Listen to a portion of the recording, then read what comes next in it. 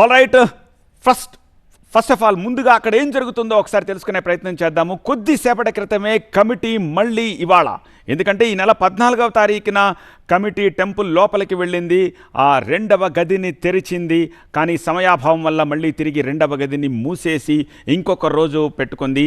ఇవాళ మళ్ళీ మీరు చూస్తున్నారు కమిటీ చైర్మన్ ఆయన నమస్కారం చేస్తూ, అక్కడ సాష్టాంగపడి నమస్కారం చేస్తూ లోపలికి వెళుతున్న వ్యక్తి విశ్వాస్ రథ్. ఆయనతో పాటు కమిటీ మెంబర్స్ అంతా కూడా సంప్రదాయబద్ధంగా శాస్త్రోక్తంగా వాళ్ళు లోపలికి ఎలా వెళ్తున్నారో చూడొచ్చు. వాళ్ళంతా చాలా అఫీషియల్స్, కానీ వాళ్ళంతా కూడా శాస్త్రోక్తంగా అక్కడ ఆచరించి సంప్రదాయబద్ధంగా ఆ దుస్తులు అవి వేసుకుని సాష్టాంగపడి నమస్కరించి అక్కడి నుంచి టెంపుల్ లోపలికి వెళుతున్నారు. ఇవాళ మార్నింగ్ 9:51 మొదలుకొని 12:15 మధ్య ముహూర్తాన్ని నిర్ణయించారు. ఈ శుభముహూర్తంలోనే మళ్ళీ ఆ గదిలోకి వెళ్ళాలని పండితులు చెప్పారు. సో చెప్పిన ప్రకారం పండితులు చెప్పిన ఆ టైంలోనే వీళ్ళు మళ్ళీ టెంపుల్ లోపలికి వెళుతున్న దృశ్యాలను చూస్తున్నాము. లోపలికి కమిటీ మెంబర్స్ ఉన్నారు, అక్కడ పోలీస్ ఫోర్సెస్ ఉన్నారు. లాస్ట్ టైం ఏ అయితే ఎక్విప్మెంటు అలాగే ఇతరత్ర man power safety precautionary measures తీసుకోవాలో అవన్నీ తీసుకుని వెళ్ళిన దృశ్యాలు కూడా చూసాము 14వ తారీఖు ఆదివారం నాడు. ఇవాళ మళ్ళీ లోపలికి వెళుతున్నారు. రెండవసారి ఇప్పుడు ఆ రెండవ గది తలుపుల్ని తెరవబోతున్నారు. లాస్ట్ టైము రెండవ గది తలుపుల్ని తెరవడానికి ప్రయత్నించినప్పుడు అది మొరాయించింది. ఆ డూప్లికేట్ కీతో సహా ఎంత ప్రయత్నించినా సరే తలుపులు తెరుచుకోలేదు. దాంతో గ్యాస్ కట్టర్లతోటి తలుపుల్ని బ్రేక్ చేసి లోపలికి వెళ్ళారు. కానీ లోపలికి వెళ్ళిన తర్వాత సమయాభావం వల్ల ఇన్వెంటరీని పూర్తి చేయలేదు.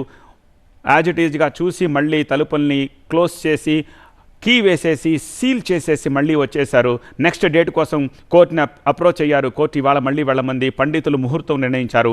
ఆ ముహూర్తం ప్రకారం టెంపుల్ లోపలికి వెళుతోన్న దృశ్యాలని మనం చూస్తున్నాం. లేటెస్ట్ విజువల్స్ కొద్దిసేపటి క్రితం ఇది పూరి క్షేత్రం నుంచి వచ్చిన విజువల్స్ని మీరు స్క్రీన్పై చూస్తున్నారు.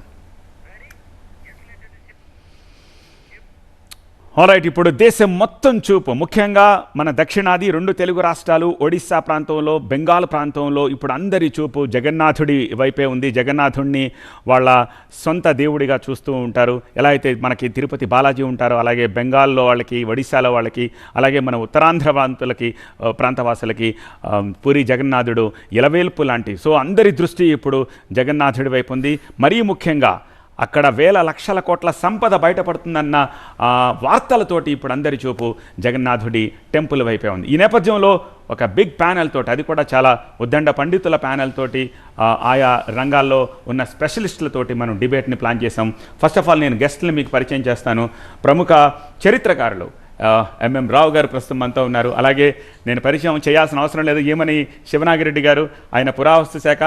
ఆయన ఏదైనా ఒక విగ్రహాన్ని చూశారు అంటే అది ఎవరు చెక్కారు, ఏ శైలిలో చెక్కారు, ఎన్ని సంవత్సరాల క్రితంది, ఏ శతాబ్దం నాటిది అనే విషయాలన్నింటినీ కూలంకషంగా చెప్తారు. అంత పెద్ద నిష్ణాతులు ఆయన కూడా స్టూడియోలో ఉన్నారు. ఇక గోపీకృష్ణ శర్మ, వ్యాసోజ్వల గోపీకృష్ణ శర్మ గారు, ఈయన శృంగేరి ఆస్థానంలో పండితులు. సో ఆయన మంత్రశాస్త్రం గురించి బోలెడని విషయాలు మనతో షేర్ చేసుకోవడానికి వచ్చారు. అలాగే విరివెంటి పణిశశాంక శర్మ గారి గురించి చెప్పక్కర్లేదు. ఆయన కూడా శృంగేరి ఆస్థానంలో ప్రముఖ పండితులు, మంత్రశాస్త్రంలో నిష్ణాతులు. సో వీళ్ళతోటి చర్చని చేపట్టాం. దీంతో పాటుగా ఇంకొక ముఖ్యమైన విషయం చెప్తున్నాను. ఇంతవరకు ఏ టెలివిజన్ ఛానల్కి వచ్చి తన ప్రవచనాలు కానీ లేకపోతే ఇవి కానీ ఏ ముఖతా చెయ్యని నండూరి శ్రీనివాస్ గారు మరికొద్ది సేపట్లో మనతో జాయిన్ కాబోతున్నారు. నండూరి శ్రీనివాస్ గారు ఈ జగన్నాథ ఆలయానికి సంబంధించి ఆయన చేసిన 10 కొద్ది వీడియోలకి లక్షల్లో వ్యూవర్షిప్ ఉంది. ఆయన మొట్టమొదటిసారిగా ఒక టెలివిజన్ ఛానల్లో మనతోటి ఆయన షేర్ చేసుకోబోతున్నారు ఈ ఎంటైర్ జగన్నాథ రత్న భాండాగారం ఇష్యూకి సంబంధించి. సో ఇంకా మరికొద్ది మంది ప్రముఖులు కూడా జాయిన్ కాబోతున్నారు. సో వీళ్ళందరితోటి ఈ పర్టికులర్ ఇష్యూ గురించి మనం మాట్లాడబోతున్నాము. ముందుగా రత్న భాండాగారం 3వ గదిలో అసలు ఏముంది అనేది ఇప్పుడు మనకి క్వశ్చన్గా కనిపిస్తోంది. సో ఈ రత్న భాండాగారానికి సంబంధించి మనం ఇవాళ చూడబోతున్నాము. ఆ 3వ గది రహస్యం ఏం జరగబోతుంది అన్నది ఇప్పుడు చాలా క్వైట్ ఇంట్రెస్టింగ్గా మనకు కనిపిస్తోంది. 3వ గదిని చేరడానికి సొరంగ మార్గం ఉంది అని చెప్తున్నారు కొద్దిమంది. నిజంగానే సొరంగ మార్గం ఉందా, సొరంగ మార్గం కాకుండా ఉందా? రత్న భాండాగారం 3వ గదికి నాగబంధం ఉందని కూడా చెప్తున్నారు. నాగబంధం ఉంటే అసలు అక్కడికి వెళ్ళడం సాధ్యమవుతుందా? ఎందుకంటే ఇదే నాగబంధం అనంత పద్మనాభుడి 6వ గదికి ఉంది, కానీ సుప్రీంకోర్టు సైతం ఆ 6వ గది జోలికి వెళ్ళొద్దు అని చెప్పింది. ఈ రోజుకి కూడా 6వ గదిలో ఏముందో తెలియదు, నాగబంధం ఎలా విప్పాలో తెలియదు. ఒకవేళ ఈ సొరంగ మార్గంలో ఉన్న ఆ 3వ గదికి కూడా నాగబంధం ఉంటే ఇవాళ సొరంగ మార్గంలో ఆ 3వ గదికి రీచ్ అయినా సరే ఆ నాగబంధాన్ని తెరిచే పరిస్థితి ఉందా, వెళ్తారా అక్కడికి అనేది క్వశ్చన్గా కనిపిస్తుంది. ఎందుకంటే నాగబద్ధం ఉన్న చోట పాము శబ్దాలు, బుసలు కొట్టే శబ్దాలు వస్తూ ఉంటాయంటారు. ఆ శబ్దాలు వస్తే నిజానికి అక్కడికి చేరుకోవడం సాధ్యమవుతుందా? అలాగే పూరి రాజు, కపిలేంద్ర యాదవ్, అలాగే పురుషోత్తమ దేవ్ వీళ్ళిద్దరూ కూడా పెద్ద ఎత్తున అనంత సంపదని సమకూర్చి ఈ 3వ గదిలోనే సొరంగ మార్గం ద్వారా వెళ్ళి ఈ 3వ గదిలోనే అక్కడ దాచారు అని చెప్తూ ఉంటారు. ఆ సంపదను భద్రపరిచేందుకే నిజానికి ఈ సొరంగ మార్గం అని చెప్పేసి చెప్తూ ఉన్నారు. ఆ 3వ గదిలో వందల కొద్ది రత్న ఖచ్చిత స్వర్ణ ఆభరణాలు, కిరీటాలు, సింహాసనాలు, దేవతా విగ్రహాలు, అలాగే బంగారు మాడలు ఇవన్నీ కూడా ఉన్నాయని చెప్పేసి స్క్రిప్చర్స్లో రాసి ఉందని చెప్తున్నారు.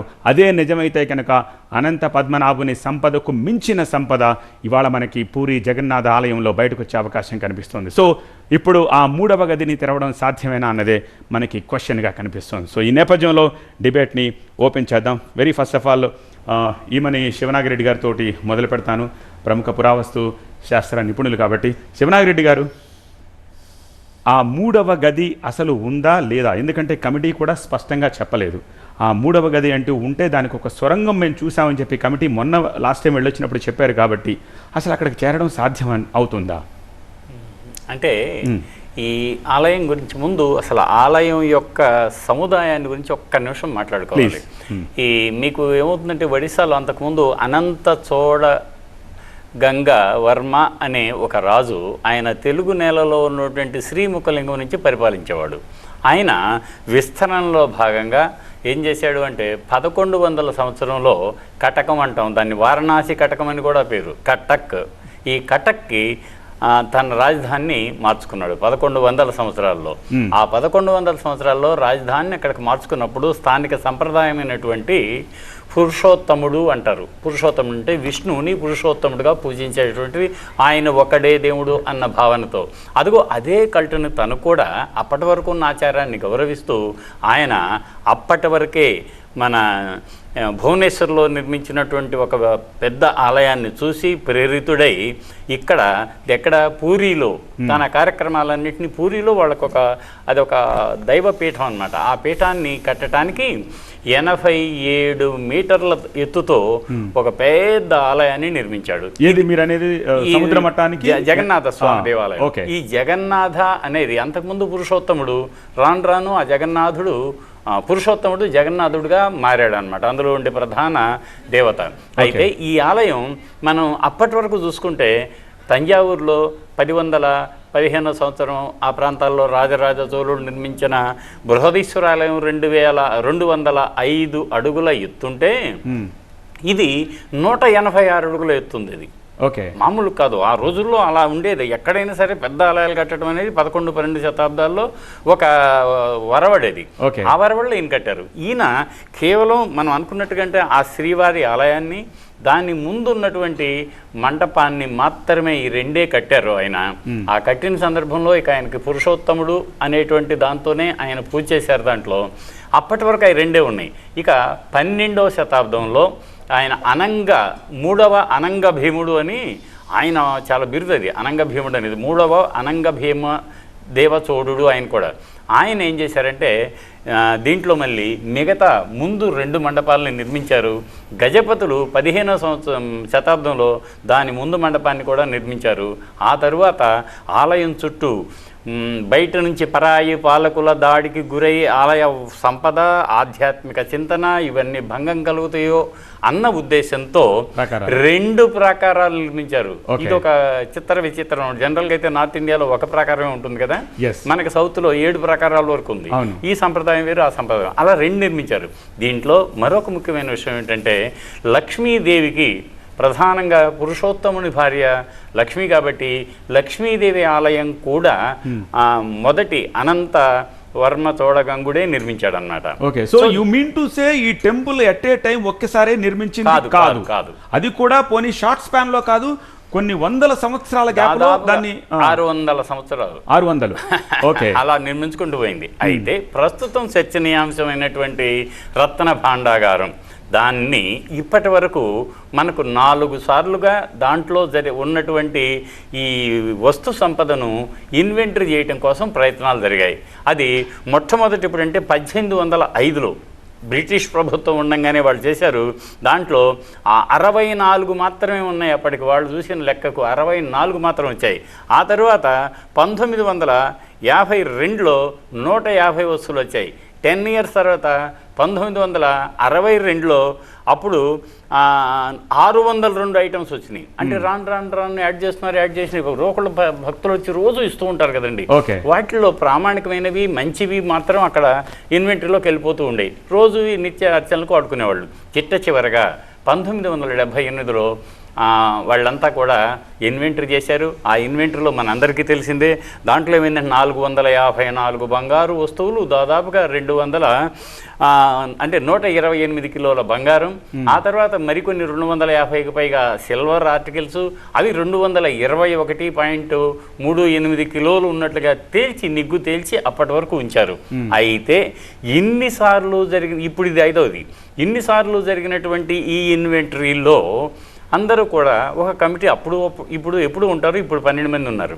వాళ్ళు ఏం చెబుతున్నారంటే 2 గదులు ఉన్నాయి. ఎన్ని? 2 గదులు. ఒకటి బయట దాన్ని బాహర్ బండార్, రెండో దాన్ని భీతర్ బండార్ అంటారు. అదిగో ఆ భీతర్ బండార్లోనే మీరు ఇంతకు ముందు అన్నట్లుగా నాగబంధం ఉంది అన్నటువంటి ఒక దాన్ని ఏమంటామంటే మనకు అలా వస్తున్నటువంటి సమాచారం. అదే నాగబంధం అంటే ఏమిటంటే ఒక మాట చెబుతాను మీకు. మన ఆలయ నిర్మాణంలో కూడా స్వస్తి బంధం, నాగబంధం, హస్తిబంధం అని ఇలా మీరు జాయినరీ టెక్నిక్ అనమాట అది. ఇక్కడ కూడా ఆ కీ ఉంటుంది కదా, ఆ గదికి వేసేటువంటి తాళానికి ఉండే కీని మీరు మామూలుగా ఇలా పెట్టేట మన ఇంటి తలుపు తీసినట్టు కాదు, దాన్ని ఓడ తీయటానికి, అంటే దాన్ని మన కీని తిప్పటానికి ఈ నాగబంధం అనేటువంటి ఒక డయాగ్రమాటిక్గా అది ఒక సంకేతం అయి ఉంటుందేమో. లేదు అంటే నాగబంధం అంటే నిజమైనటువంటి ప్రాణంతో ఉన్న నాగాలు దాన్ని కాపాడుతాయి, మరి దానికి కూడా కొంత లైఫ్ స్పాన్ ఉంటుంది కదా, అలా అని మనం అనుకోవటానికి లేదు. ఒకటి. రెండోది ఏమిటంటే నాగబంధం ఉంది అంటే ఎవరైనా సరే, అందులో పనిచేసే ఉద్యోగస్తులు కానివ్వండి, లేక అక్కడి వరకు వెళ్ళటానికి అనుమతి ఉన్నటువంటి ఎవరైనా కానివ్వండి, భయపడతారు. దొంగిలించే ఆస్కారం ఉంది కదా, ఆ దొంగిలించడానికి ప్రయత్నం చేస్తారు. అమ్మో నాగబంధం అందులో ఎందుకు చచ్చిపోవటం, మనకు వద్దని వెనక్కి వెళ్ళటానికి సంబంధించిన సమాచారం కూడా అందులో ఇమిడి ఉంది. అయితే మరి మనం ఓపెన్ చేసినప్పుడు మనకి ఎలాంటి పాములు, అంటే జీవంగా ఉన్నటువంటి పాములు కానీ ఏమీ మనకి సాక్షాత్కారం కాలేదన్నమాట. అయితే ఈ 4 సార్లు చేసినటువంటి వాటిలో కేవలం ఇలా 2 గదులే ఉన్నాయన్నారు. సొరంగం అనేది కూడా ప్రస్తావన రాలేదు. ఎందుకు అంటే ఇది భూమట్టానికి, అంటే నేల ఉంటుంది కదా మన ఆలయ నిర్మాణంలో, నేల ఫ్లోర్కి 11 మీటర్ల ఎత్తున మీకు ఎలా ఉందంటే ఒక 11 మీటర్ల పొడవు, 12 మీటర్ల పొడవు వేసుకోండి. పొడవు 12 మీటర్లు, 8 మీటర్ల పొడవు, 6 మీటర్ల వెడల్పుతో ఒక గది ఉంది. ఆ లోపల గది. ఆ గదికి అంతకంటే మీకు మ్యాక్సిమం 500 SFT కంటే లేదు. ఆ 500 SFTలో కూడా మనం ఊహించినట్లుగా అనంత పద్మనాభ స్వామి దగ్గర ఉన్నటువంటి అనువంశికంగా రాజులు స్వామి వారికి శాశ్వతంగా అర్పించినటువంటి విలువైన వజ్ర వైడూర్య బంగారు హిరణ్య సంపదంతా కూడా అక్కడ లెక్కకు మించి ఊహకు అందని రహస్యం అని అనుకోవటానికి అక్కడ అవకాశం ఉంది. కానీ ఇక్కడున్నటువంటి పరిమిత స్పేస్ని బట్టి అంత ఉండటానికి అవకాశం లేదు. రైట్, ఇదే అనుకున్నాం. కానీ ఇప్పుడు ఏమంటున్నారు, మొన్న 14వ తారీఖున వెళ్ళొచ్చిన తర్వాత ఈ కమిటీ వాళ్ళు ఏం చెప్పారంటే, లోపల మేము ఒక సొరంగాన్ని ఐడెంటిఫై చేశాము, కానీ ఆ సొరంగంలోకి వెళ్ళాలా వద్దా దానికి సంబంధించి కోర్టు మాకు గైడ్ లైన్స్ ఇవ్వలేదు. ఈ 2వ రత్న భాండాగారాన్ని తెరిచి ఇది మాత్రమే చూడమని చెప్పారు. ఇప్పుడు దాని సంగతి ఏంటి అన్నది వాళ్ళు ఇప్పుడు తెర మీదకి తీసుకొచ్చారు. సో ఈ నేపథ్యంలో అసలు ఈ నాగబంధం అంటే ఏమిటి, నాగబంధాన్ని ఎలా వేస్తారు, దీనికి సంబంధించి మంత్రశాస్త్రం ఏం చెప్తుంది మీరు వింటే పని శశాంక శర్మ గారు, ఏమిటి నాగబంధం అంటే?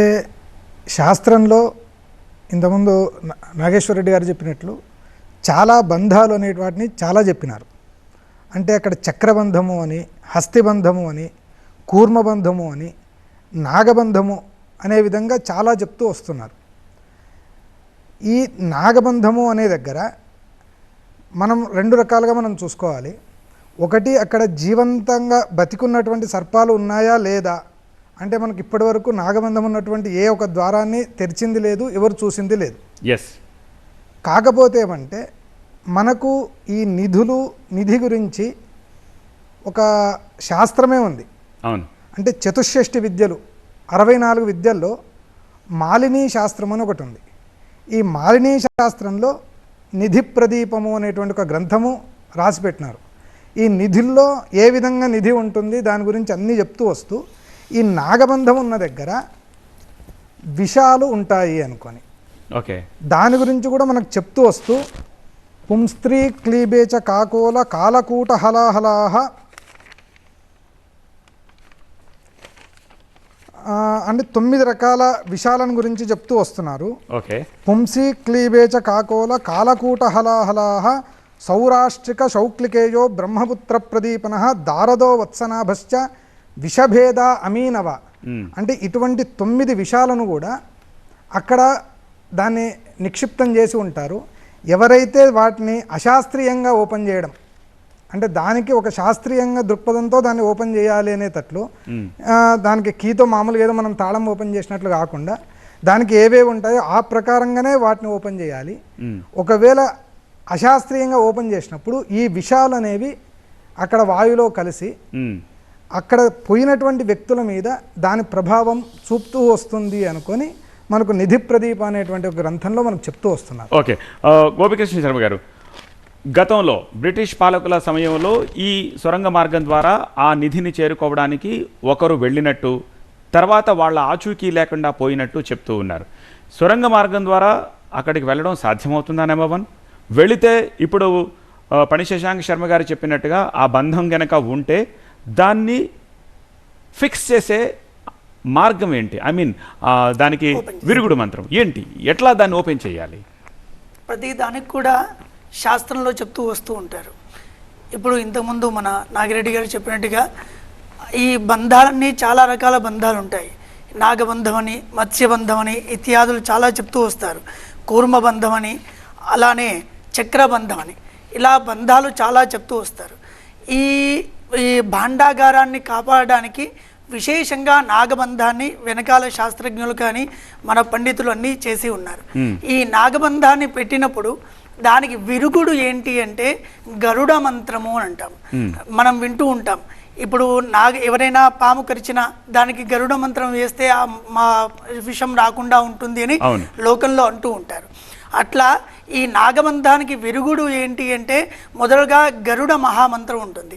ఆ మహామంత్రంతో జపం చేయడం కానీ హోమాది కార్యక్రమాలు చేసి దానిలోకి ఉద్యుక్తులయ్యడం ద్వారా ఈ నాగబంధ దోషం అనేది నివారణ అవుతుంది. ఆ నాగబంధం మనకి ఇబ్బంది పెట్టకుండా ఉంటుంది. దాన్ని తెలుసుకోవడం ఎలా అని ఒక చిన్న సంశయం కూడా వస్తుంది. దీనికి కేరళ రాష్ట్రంలో అష్టమంగళ ప్రశ్నం అని అంటారు. అంటే ఇప్పుడు అక్కడ నాగబంధం ఉందా లేదా మొదటి క్వశ్చన్. మళ్ళీ తర్వాత అక్కడ అసలు నిధి ఉందా లేదా అది కూడా రెండవ క్వశ్చన్. నిధి ఉందా లేదా అనేది మనం ఓపెన్ చేసి లోపలికి వెళ్తే గానీ మనకు తెలిసే అవకాశం లేదు. ఈ శాస్త్రంలో చెప్తారు ఆ మాట కూడా. ఇక నిధి ఉందా లేదా అని నిధి పరీక్ష కూడా చేస్తూ ఉంటారు. దానికి ఒక సందర్భంలో చెప్తారు నిధి ఎలా ఉంటుంది, ఆ నిధిని ఎలా తెలుసుకోవాలి అని ఒక చిన్న మాట చెప్తూ ఉంటారు. ఇప్పుడు ఒక చేతిలో మల్లెపువ్వు పట్టుకొని ఒక మంత్రాన్ని, గరుడ మంత్రాన్ని కానీ ఇంకొక మంత్రం చెప్పిన మంత్రాన్ని ఆ ప్రాంతంలో తిరుగుతూ ఉన్న సందర్భంలో అది పసుపు వర్ణంలో కానీ తర్వాత ఎరుపు వర్ణంలో కానీ ఆ మల్లెపువ్వు మారిపోతుంది ఆటోమేటిక్గా. అది మారినప్పుడు ఆ ప్రాంతంలో నిధి ఉంది అని గుర్తించాలి అని నిధి ప్రదీపం అనే గ్రంథంలో విశేషంగా చెప్తూ వస్తుంది. ఉపరితలం మీద మీరు చెప్పేది ఉపరితలం పైన. ఇక్కడ ఉదాహరణకి ఇక్కడ నిధి ఉంది అని కొందరు చెప్పారు శాస్త్రజ్ఞులు. ఆ నిధి ఉంది అని తెలుసుకోవడానికి ఏం చేయాలి? మొదలుగా అష్టమంగళ ప్రశ్న అనే ఒక ప్రశ్న ఉంటుంది. ఆ ప్రశ్నలో అసలు ఇక నిధి ఉందా లేదా అని ఆ ప్రశ్న పెట్టి చింతన చేసి మొదలుగా నిధి ఉంది అని తెలుసుకోవడం. తెలుసుకున్న తర్వాత పరీక్ష చేయాలి కదా. ఆ పరీక్షలో భాగంగా చేతిలో కొన్ని మల్లెపూలు పెట్టుకొని ఆ చెప్పిన మంత్రాలన్నీ కూడా పండితులు జపం చేస్తూ ఆ ప్రాంతంలో తిరుగుతున్న సందర్భంలో ఆ మల్లెపూల వర్ణమే ఆ కలరే చేంజ్ అయిపోయి పసుపు వర్ణంలో కానీ తర్వాత ఎరుపు వర్ణంలోకి ఆటోమేటిక్గా వచ్చేస్తుంది. ఇది ప్రత్యక్ష ఉదాహరణలు కూడా ఉన్నాయి. దానిలో భాగంగా ఆ నిధి ఉందా లేదా అని మొదలుగా తెలుసుకోవడం, తెలుసుకున్న తర్వాత నిధిని ఎలా తీయాలి, నిధికి ఏ బంధం ఉంది, ప్రతి దగ్గర కూడా నాగబంధమే ఉంటుందని ప్రత్యక్షంగా ఎక్కడ ఉండదు. కొన్ని సందర్భంలో నాగబంధం ఉండొచ్చు, మత్స్యబంధం ఉండొచ్చు, ఇంకొక బంధం కూడా ఉండే అవకాశాలు ఉంటాయి. విశేషంగా ఈ నాగబంధం ఉన్న సందర్భంలో దానికి గరుడ మంత్రాన్ని ఎలా అయితే శాస్త్రంలో చెప్పారో ఆ విధంగా ఆ గరుడ మంత్రాన్ని జపం చేస్తూ ఆ హోమాది కార్యక్రమాలు చేసి ఈ నాగ ద్వారా ఏదైతే విషవాయువులు కానీ విష సర్పాలు కానీ లోపల జీవంతమైన అజీవంతమైన లోపల ఉన్నట్టయితే ఆ తన నివారణకి ఈ మంత్ర జపం చేస్తూ ఆ గరుడ మంత్రం ద్వారా విషవాయుని నాశనం చేసి తదుపరి లోపలికి వెళ్ళాలి అని. ఈ నాగబంధం అన్నట్టుగా ఇంతకుముందు చెప్పుకున్నట్టుగా అదొక కీ అన్నట్టుగా ఆ కీ తీయడానికి నాగబంధం వేసి గరుడ మంత్రం చెప్పి ఆ కీ తీయడమే నాగబంధం అంటూ. ఓకే, చరిత్రకారులు ఎంఎం రావు గారు సరే, ఒకప్పుడంటే మనకి టెక్నాలజీ లేదు కాబట్టి ఇప్పుడు పంతులు గారు చెప్తున్న శాస్త్రోక్తంగా చేయాల్సిన క్రతువులు చేసి మాత్రం చేయగలం. ఈవెన్ బ్రిటిషర్స్ ఎవరో ట్రై చేశారు, బట్ మళ్ళీ తిరిగి ఆచూకీ లేకుండా పోయింది అని చెప్పారు. ఇప్పుడు టెక్నాలజీ మన చేతిలో ఉంది. టెక్నాలజీ త్రూ మనం దీన్ని క్రాక్ చేసే అవకాశం ఏమైనా ఉంటుందా? ముఖ్యంగా అసలు మన దేశంలో ప్రపంచ దేశాలన్నింటిలోనూ భారతదేశం ఒక విలక్షణమైన దేశం. ఇక్కడ ధనాన్ని దాచటం కోసం 3 రకాల పద్ధతులు ఉండేవి.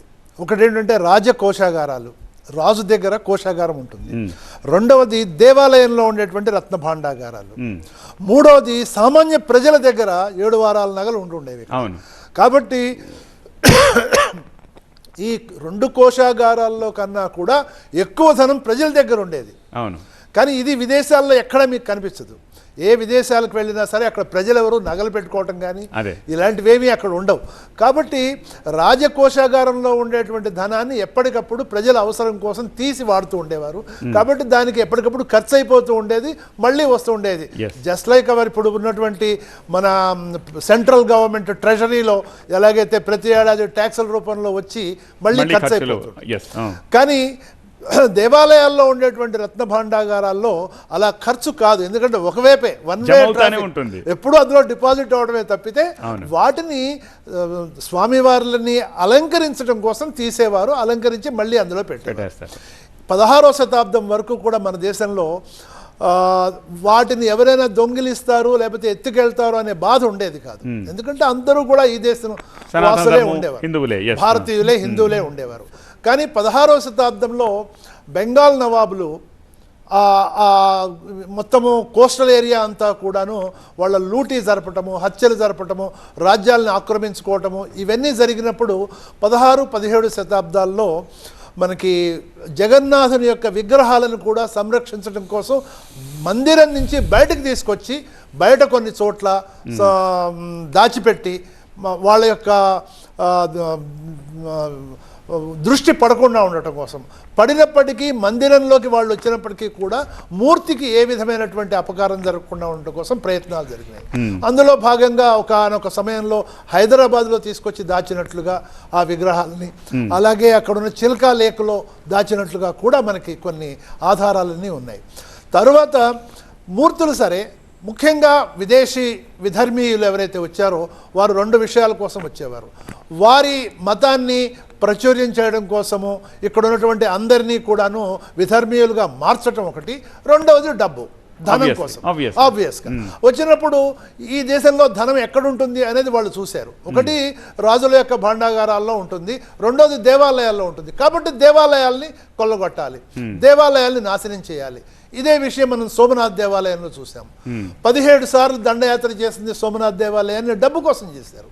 అలాగే పూరిలో ఉన్నటువంటి జగన్నాథుని దేవాలయం కూడా డబ్బు కోసం చేసి మొదటి 2 గదుల్లో మొదటి గదిలో ఉన్నదాన్ని కొన్నిసార్లు కొల్లగొట్టారు అనే దానికి కూడా మనకి ఎవిడెన్సెస్ ఉన్నాయి. కానీ ఆ తరువాత 16, 17 శతాబ్దాల్లో అసలైనటువంటి విషయం ప్రారంభమైంది, ఎలా దాచిపెట్టాలి. ఎందుకంటే అప్పటిదాకా విదేశీ దండయాత్రలు అనేవి పూరి జగన్నాథుడికి లేవు. ఎంతసేపటికి దక్షిణాది నుంచి శ్రీకృష్ణదేవరాయలు అటువైపు వెళ్ళారు. ఇట్లా కొన్ని దండయాత్రలు ఉన్నప్పటికీ వీళ్ళెవరు దేవాలయాల్ని ధ్వంసం చేసేవారు కాదు, ఎందుకంటే మన దేశీయులు కాబట్టి.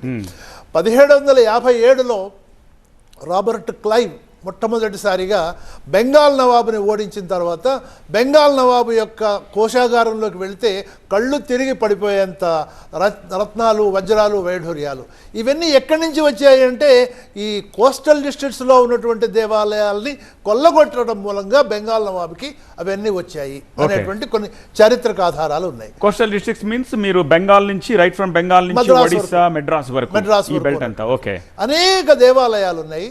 ఈ దేవాలయాలకి ఆదాయం ఎక్కడి నుంచి వస్తుందంటే సముద్ర మార్గం ద్వారా ఒరిస్సా, ఆంధ్రప్రదేశ్, తమిళనాడు ప్రపంచవ్యాప్తంగా వ్యాపారాలు చేసేవాళ్ళు. Okay, Indonesia.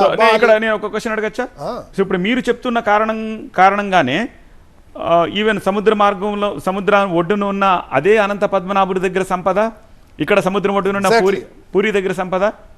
సో ఈ కోణంలో ఆలోచించవచ్చా? ఆ కోణంలోనే మనం ఆలోచించాం. ఎందుకంటే ఇటు పక్క వచ్చి తెగ ఆదాయం వచ్చేది వీళ్ళకి వ్యాపారం ద్వారా. అనేక దేశాల నుంచి బంగారము, విలువైనటువంటి వజ్రాలు, ఇలాంటి వాటి అప్పుడు కరెన్సీ అది కాబట్టి, అలాగే వెండి. ఈ విధంగా ఈ 3 వస్తువులు కూడా మనకి కోస్టల్ డిస్ట్రిక్ట్స్ లో ఉన్నటువంటి వ్యాపారస్తులకి బాగా వచ్చేవి. So there are chances like Anantha పద్మనాభుడి దగ్గర ఉన్నట్టుగా ఇక్కడ కూడా సంపద ఉండే అవకాశం తప్పకుండా ఉంది. అయితే ఇందులో కొంత కొల్లగొట్టడం జరిగింది. ఆ కొల్లగొట్టిన దాన్ని రాబర్ట్ క్లైవ్ చూడటం జరిగింది. దాన్నంతా కూడా ఇంగ్లాండ్కి పంపించడం జరిగింది. చివరికి అతనికి జైలు శిక్ష వేసి జైల్లో చచ్చిపోయాడు రాబర్ట్ క్లైవ్. మనం ఏదో అతని గురించి తెగ చదువుకుంటాం కానీ హిస్టరీలో అతను చేసినటువంటి చాలా తప్పు పని అని చెప్పేసి ఇంగ్లాండ్ కోర్టులు నిర్ణయించి, ఎందుకంటే అతనికి అధికారం లేదు, రాజరికం.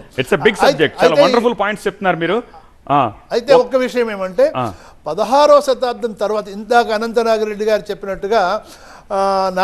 చెప్పినట్లుగా మొదట ప్లానింగ్ లో 2 గదులే ఉండవచ్చు పైన. కానీ 16వ శతాబ్దం తర్వాత ఈ థ్రెట్ ఎప్పుడైతే వచ్చిందో రహస్య గది ఏర్పాటు చేసి ఉండారు తప్పకుండా. ఓకే, రైట్, దాని గురించి వద్దాం. అదే సొరంగం ఇప్పుడు మనం మాట్లాడుకుంటున్నది, దాని గురించే. అదే సొరంగం, అదే నాగబంధం, అదే ఉత్కంఠ. అనంత పద్మనాభ స్వామి 6వ గదికి సంబంధించి మనం మాట్లాడుతున్నాము. పూరి జగన్నాథుని 3వ గదికి కూడా అలాంటి సారూప్యత ఉందా అన్నదే ఇప్పుడు మనకి క్వశ్చన్గా కనిపిస్తోంది. ఎస్, అనంత పద్మనాభుడి 6వ గదికి నాగబంధం ఉందన్న విషయం సుస్పష్టం. ఎందుకంటే కమిటీ కోర్టుకి స్పష్టంగా చెప్పేసింది నాగబంధం ఉంది కాబట్టి తెరవాలా వద్దా అని సుప్రీంకోర్టు. సో మిగిలిన కన్సెన్సెస్ అన్నీ చూసుకుని ఆ రోజు దాన్ని తెరవద్దు అని చెప్పారు. ఇప్పటికీ 6వ గది లాకే ఉంది. 5 గదులు మాత్రమే తెరిచారు. ఆ 5 గదులు తెరిచినందుకే కొన్ని లక్షల కోట్ల సంపద బయటకు వచ్చింది. ఆ రోజు I request my PCR team, Anantha పద్మనాభుడి బంగారు విగ్రహాలు లేకపోతే ఆ హారాలకు సంబంధించిన విజువల్స్ ఉంటే ఒకసారి ట్రాక్ చేయండి. అవన్నీ బయటపడ్డాయి. కమిటీ ఆ రోజు కొన్ని మాత్రమే బయటకు చూపించింది. ఆ విగ్రహాలు చూసే మురిసిపోయారు భక్తులు, ఏమి వైభవం ఏమిటి అని చెప్పేసి. ఇక 6వ గదిలో ఏముంది, ఇంకెంత సంపద ఉంటుంది అన్నది ఇప్పటికీ కూడా ఒక సస్పెన్స్గానే ఉంది. సో అలాంటి నాగబంధమే కనుక ఉంటే ఇప్పుడు సొరంగ మార్గం ద్వారా ఆ నాగబంధం ఉన్న ద్వారాన్ని చూసి వస్తే అప్పుడు కమిటీ మళ్ళీ సుప్రీంకోర్టుకి ఏం చెప్తుంది? ఎందుకంటే ఒడిశా హైకోర్టు అభ్యర్థన మేరకు సుప్రీంకోర్టు ప్రొసీడ్ అవ్వమని చెప్పిన కారణంగానే ఇప్పుడు ఈ రత్న భాండాగారం తెరవడానికి బీజేపీ గవర్నమెంట్ అక్కడికి వచ్చిన తర్వాత ఎన్నికల ప్రచారంలో ప్రైమ్ మినిస్టర్ స్వయంగా చెప్పారు, మేము అధికారంలోకి వస్తే రత్న భాండాగారం తెరుస్తాం, దాని ఇన్వెంటరీ తీస్తామని చెప్పినట్టుగానే ఇమ్మీడియట్గా విదిన్ 1 మంత్లోనే ఇప్పుడు ఆ కార్యక్రమాన్ని చేపట్టారు. కాబట్టి ఇప్పుడు ఆ 3వ గదిలో ఏముంది, దానికి నాగబంధం ఉంటే దాన్ని ఎట్లా తీయాలి, దీనికి సంబంధించే మనం ఇప్పుడు చర్చించుకుంటున్నాం. డిబేట్లో జాయిన్ అయ్యారు ప్రముఖ స్థపతి, వేలు స్థపతి, పద్మశ్రీ అవార్డు గ్రహీత, చాలా అనేక టెంపుల్స్కి ఆయన శంకుస్థాపనలు చేశారు, కట్టారు, గుడ్లు ప్లాన్లు గీశారు, ఎన్నో చేశారు. సో వేణు స్థపతి గారు, థ్యాంక్ యూ సో మచ్ మాతో జాయిన్ అయినందుకు. ఈ పెద్ద ప్లాట్ఫామ్ మీద మీలాంటి పెద్దలను చూడడం, యాదాద్రి టెంపుల్ కూడా మీరే చూశారు దగ్గరుండి. వేణు స్థపతి గారు, ఒక విషయం చెప్పండి నాకు. ఇప్పుడు కట్టే టెంపుల్స్కి మీరు ప్లాన్స్ వేస్తూ ఉంటారు, చెప్తూ ఉంటారు, చూస్తూ ఉంటారు, ఇవన్నీ ఓకే, మనకు తెలుస్తుంది. సో ఫ్రమ్ ది బిగినింగ్ ఏం జరుగుతుంది అనేది మీకు తెలుసు, దాని ప్లాన్ ఎలా ఉంటుంది అనేది. ఇందాక శివనాగిరెడ్డి గారు ఒక మాట చెప్పారు, ఒక 100 ఏళ్ల క్రితం ముందు ఇది కట్టారు, ఆ తర్వాత 100 ఏళ్లలో ఇవి కట్టారు, ఆ తర్వాత 100 ఏళ్లలో ఇవి కట్టారు, ఇట్లా ఎక్స్టెండ్ చేసుకుంటూ వెళ్ళారు అని చెప్పి. సో ఇప్పుడు ఏదైనా అలాంటి పురాతన టెంపుల్ యొక్క ప్లాన్ని మనం అర్థం చేసుకోవడం కుదురుతుందా? తప్పకుండా కుదురుతుందండి. అసలు నాగబంధం అంటే ఏంటి?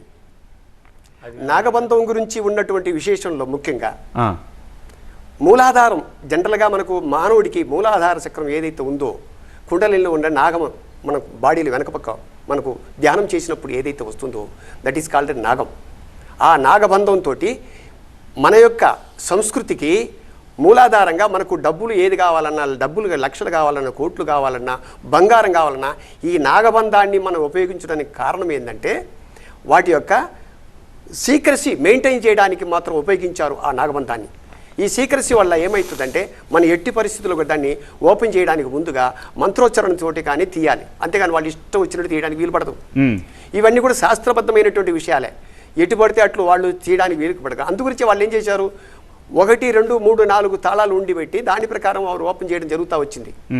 ఇవన్నీ కూడా దాచిపెట్టడానికి కారణం ఏంటంటే నేను ఇంతకుముందు చాలాసార్లు ఒక వీడియోలో చెప్పాను, 64 కళలలో 63 కళలు ఎప్పుడు కూడా భూస్థాపితం కావచ్చును.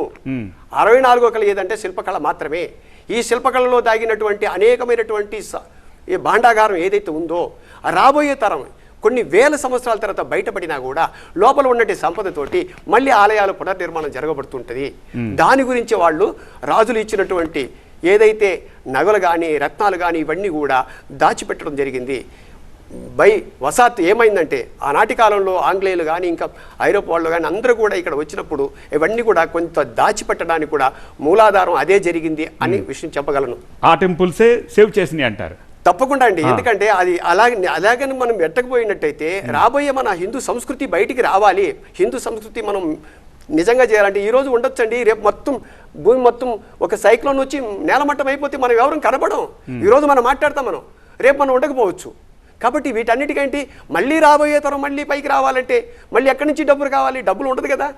సో ఖచ్చితంగా వాళ్ళందరూ కూడా రాజులు ఉన్నటువంటి ఆధ్యాత్మికతలు, సిద్ధపురుషులు, యోగులు వీళ్ళందరూ కూడా ఆలోచన చేసి అటువంటి యొక్క భాండాగారాన్ని దాన్ని ఉగ్రం ఇది చెప్తారు. కాబట్టి అవన్నీ కూడా లోపల పెట్టి దాచి ఉంచడానికి కారణం అదే.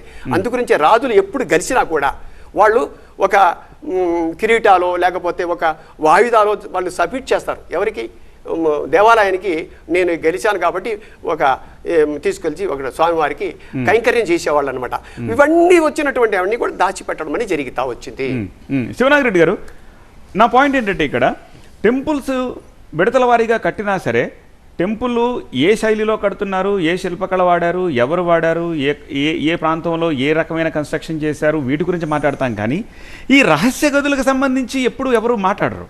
అసలు యాక్చువల్గా దేవాలయ వాస్తులో రహస్య అనే మాట అసలు ఉండదు. లేదు. ఎందుకు అంటే అది యూటిలిటేరియన్, అంటే ఒక వినియోగానికి అవసరమైనటువంటి వాస్తు విధానం. ఆలయానికి గర్భగృహం, అంతరాళం లేక అర్థం బయట ఉంటాయి. నేను అనేది అదే. ఇప్పుడు నేలమాళికలు మనం ఎలా చూడాల్సిన అవసరం? జనరల్గా నేలమాళికలు అనేవి ఆలయ నిర్మాణ సమయంలో అది ఏనాడు ఎక్కడ ఏ శాస్త్రంలోనూ అటు ఆగమంలో కూడా ఉండదు, లేదు, తర్వాత క్రియేట్ చేసి ఉండొచ్చు. ఎందుకు అంటే ఇప్పుడు ఇందాక మనం అనుకున్నామే, వీరు చెప్పినట్టుగా 16వ శతాబ్దంలో అక్కడి నుంచి మీకు దాడులు వస్తున్నాయి అన్న ఉద్దేశం చెప్పుడు కోట గుళ్ళు అండి. వరంగల్లో గన్పూర్ అని ఉంది, మీకు ములుగు గన్పూర్లో అద్భుతమైన దేవాలయాలు, 22 దేవాలయ సముదాయం, గణపేశ్వరాలయం. దాన్ని ఏమంటారు? కోట గుడి అంటారు. ఎందుకు కోట గుడి అంటారు? చుట్టూ పెద్ద మట్టి కోటతో ఆలయం కనిపించకుండా చేసేంత మట్టిని పోసేశారు. ఎందుకు? నార్త్ నుంచి మళ్ళీ ఎవరన్నా వస్తే ఈ ఆలయాలకు. అప్పటికే స్వయంభూ దేవాలయం వరంగల్లో ధ్వంసమైంది, ఇది కాకూడదు అని చేసుకున్నారే. అది అలా చేసుకుంటారు. రాను భద్రత కోసం అవసరం ఒక్కొక్క కన్స్ట్రక్షన్కి దారితీస్తుంది. ఇప్పుడు ఆగ్నేర్యం, పాకశాలం అని అనుకుంటాం కదా మన శాస్త్రంలో.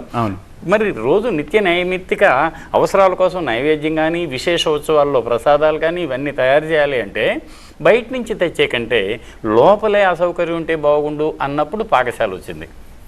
అలాగే యాగాలు, యజ్ఞాలు ఇవన్నీ విశేష ఉత్సవాలు చేసే సందర్భాలుగా చేయాలి. కాబట్టి ఎక్కడో బయట మళ్ళీ టెంపరీగా వేసుకున్న కంటే శాశ్వతంగా ఈశాన్యంలో మళ్ళీ యాగశాల నిర్మించుకుంటాం మనం. అలా పరివారాలయాలనే కాన్సెప్ట్ వచ్చింది. ఇలా ఒక్కొక్కటి పారాయణ మండపం ఎన్ని, మీరు వెంకటేశ్వర స్వామి దేవాలయం చూడండి, ఇప్పటి వరకు ఉన్నటువంటి చూస్తే 10వ శతాబ్దంలో ప్రారంభమై మొన్నటి అన్నమాచార్యుని యొక్క మనవడు నిర్మించినటువంటి పడికావలి గోపురం వరకు. ఎప్పుడు అన్నమాచార్య మనవడు? 16వ శతాబ్దం. కృష్ణదేవరాయలు కట్టాడు, రంగరాయ మండపం కట్టాడు, సదాశివరాయ మండపం ఉంది. ఆ తర్వాత రకరకాలుగా కట్టినటువంటి ఆధారాలు మనకు ఉన్నాయి కదా. కాబట్టి ఏమైందంటే ఒక్కొక్క అవసరానికి తగ్గట్టుగా వాస్తు విధానాలకు లోబడి కొన్ని కన్స్ట్రక్షన్స్ చేస్తారు. కానీ ఈ భూగృహాలు అనేవి ఆలయంలో ఇంతవరకు మరి మాకు శిల్ప ఆగమ శాస్త్రాల్లో దొరకలేదు. మనం ఇప్పుడు అనుకున్నట్టుగా అనంత పద్మనాభ స్వామి ఆలయంలో ఏమైందంటే అనువంశకంగా వాళ్ళు వచ్చే రాజులకు దేవుణ్ణి మించి ఏదీ కాదన్నమాట వాళ్ళకి. సో వాళ్ళకి వచ్చేటువంటి సంపద, వాళ్ళకి చెందే సంపద భాగం అదంతా కూడా మాకొద్దు, ఆయన లేనిది మేము లేవు అని మొత్తం దోస్తూ ఉండేవాళ్ళు. ఇంకా పోగవుతూ దాంట్లోకి వెళ్ళింది. దాన్ని భద్రపరచడం కోసం వాళ్ళు ఆలయానికి సంబంధం లేకుండానే భూగృహాన్ని నిర్మించుకున్నారు వాళ్ళు. ఇక్కడ ఈ భూగృహం కాదు, భూమి పైన నిర్మించింది. ఈ భాండాగారం భూమి లోపల కాదు కదా, భూమికి పైన నిర్మించారన్నమాట. అయితే ఇది కూడా పరిమితమైనటువంటి భాండాగారం కట్టడం మీకు బయట కూడా కనిపిస్తుంది, లోపల కూడా కనిపిస్తుంది. కాబట్టి దీంట్లో ఇక రహస్యం అనే దానికి స్థావరం లేదు. కాకపోతే ఎందుకు అలా అనిపిస్తుంది అంటే కొండారెడ్డి బురుజు అని ఉంది కర్నూలులో. ఆ కొండారెడ్డి బురుజులో ఏం చేస్తారు, మీరు కిందకు వెళ్తే ఒక చిన్నపాటి గుహలాగా ఉంటుంది, చిన్నది. అది మొత్తం లోపలికి వెళ్తే 8 అడుగులే, కానీ చీకటిగా ఉంటుంది కదా. ఇక్కడి నుంచి కింద నేలంతా తులుచుకొని అలంపూర్లో తేలుతుందంటారు. ఇక్కడ కూడా గోల్కొండలో ఇలాంటివి చాలా ఈ కొండపల్లి అంటారు. ఇవి వాస్తవ విరుద్ధాలు. అసలు కింద రాతిని తులుచుకొని అక్కడెక్కడో ఓపెన్ చేయాల్సిన అవసరం లేదు. సొరంగాలు అనేది అంటే ఊరికి భ్రమ కల్పించడానికి, రహస్య మార్గాలు కేవలం కోట నుంచి బయటకు వెళ్ళడానికి మాత్రం ఉండేవి తప్ప ఇలాంటి వాటిలో నిజం లేదు. పూరి జగన్నాథుడికి ఏ రాజు ఎన్ని ఆభరణాలు ఇచ్చారు, దానికి సంబంధించిన డేటా ఏంటి? మనకు అందుబాటులో ఉన్న డేటా ప్రకారం కొంత ఇన్ఫర్మేషన్ మన దగ్గర ఉంది, అది నేను మీకు చెప్పే ప్రయత్నం చేస్తాను.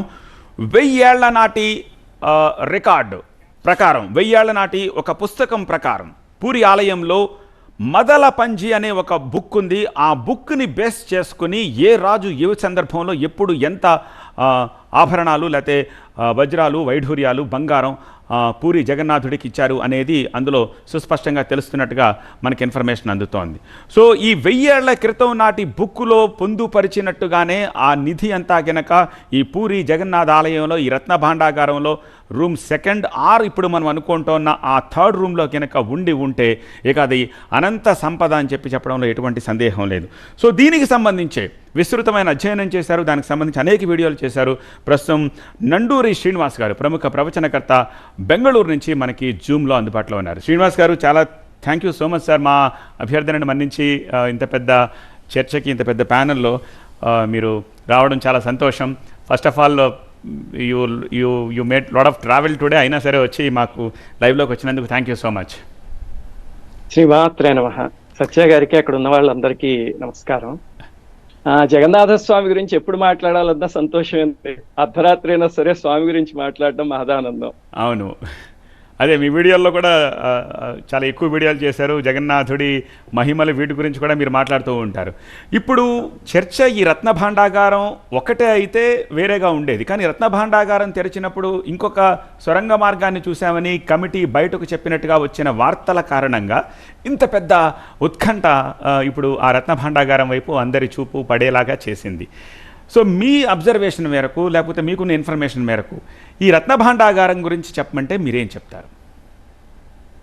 సరే, అయితే ఈ సొరంగం అనేది ఇప్పుడు ఈ రోజు ఏదో విచిత్రంగా బయటకు వచ్చిన వ్యవహారం కాదండి. ఇది చాలా సంవత్సరాల నుంచి ఉన్న విషయమే. అసలు మీరు ఈ రత్న భాండారాన్ని ఆలోచిస్తే కనుక దీన్ని మొదటి గది, రెండవ గది అలా అనడం మానేసి మనం ఫర్ ఎగ్జాంపుల్ 3 స్టేజెస్ కానీ 3 ఛాంబర్స్ కానీ అనుకుంటే మొట్టమొదటి దాన్ని బాహర్ భాండార్ అంటారు. ఆ ఛాంబర్ కి మామూలుగా యాక్సెస్ ఉంటుంది. ఈ భండార్ అధికారి ఒక ఆయన ఉన్నారు, ఆయన మికాప్ అంటారు అనమాట. ఆయన దగ్గర ఒక తాళం ఉంటుంది. సామాన్యంగా స్వామికి సంబంధించిన నగలు అవన్నీ తీసుకుంటారు. అందులోనే ఒక 3 కేటగిరీలు ఉన్నాయి ఆ మొట్టమొదటి ఛాంబర్ లోనే. అది అస్తమాను తెరుస్తారు. అది కాకుండా రెండో ఛాంబర్ ఉంది, అది ఈ రోజు తెరవబోతున్నది న్యాయంగా అయితే. అది భిటర్ భాండార్ అంటారు. దానికే గతంలో 3 తాళాలు ఉండేవి, అందులో కొన్ని పోయాయి అని చెప్పి ఇప్పుడు మొత్తానికి బద్దలు కొట్టి మొన్న సాయంత్రం 2 రోజుల క్రితం తెరిచింది. అదంతా ఈ 2nd ఛాంబర్.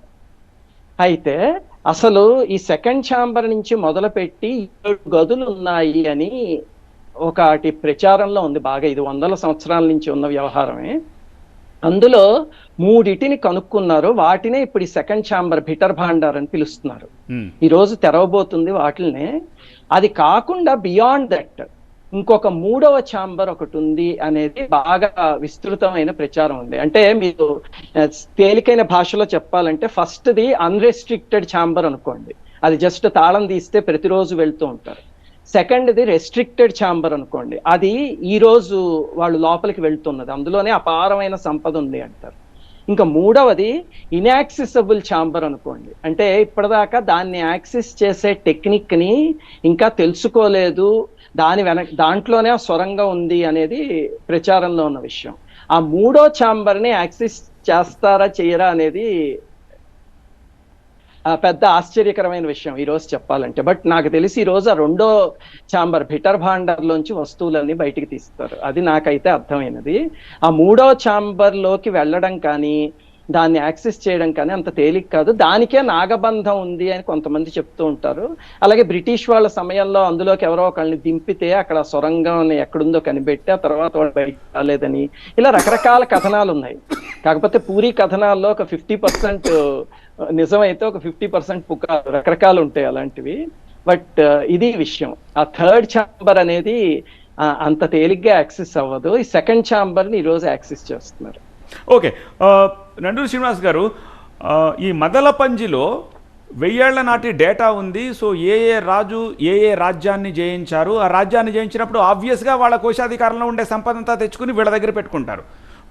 అలాగే అట్ ది సేమ్ టైం కొన్ని సందర్భాల్లో కంప్లీట్గా దేవాలయంలో భద్రపరచడం కానీ, లేకపోతే ఆ విజయానికి సూచికగా సంతోషంతో దేవుడికి కొంత సమర్పించుకోవడం కానీ చేస్తూ ఉంటారు.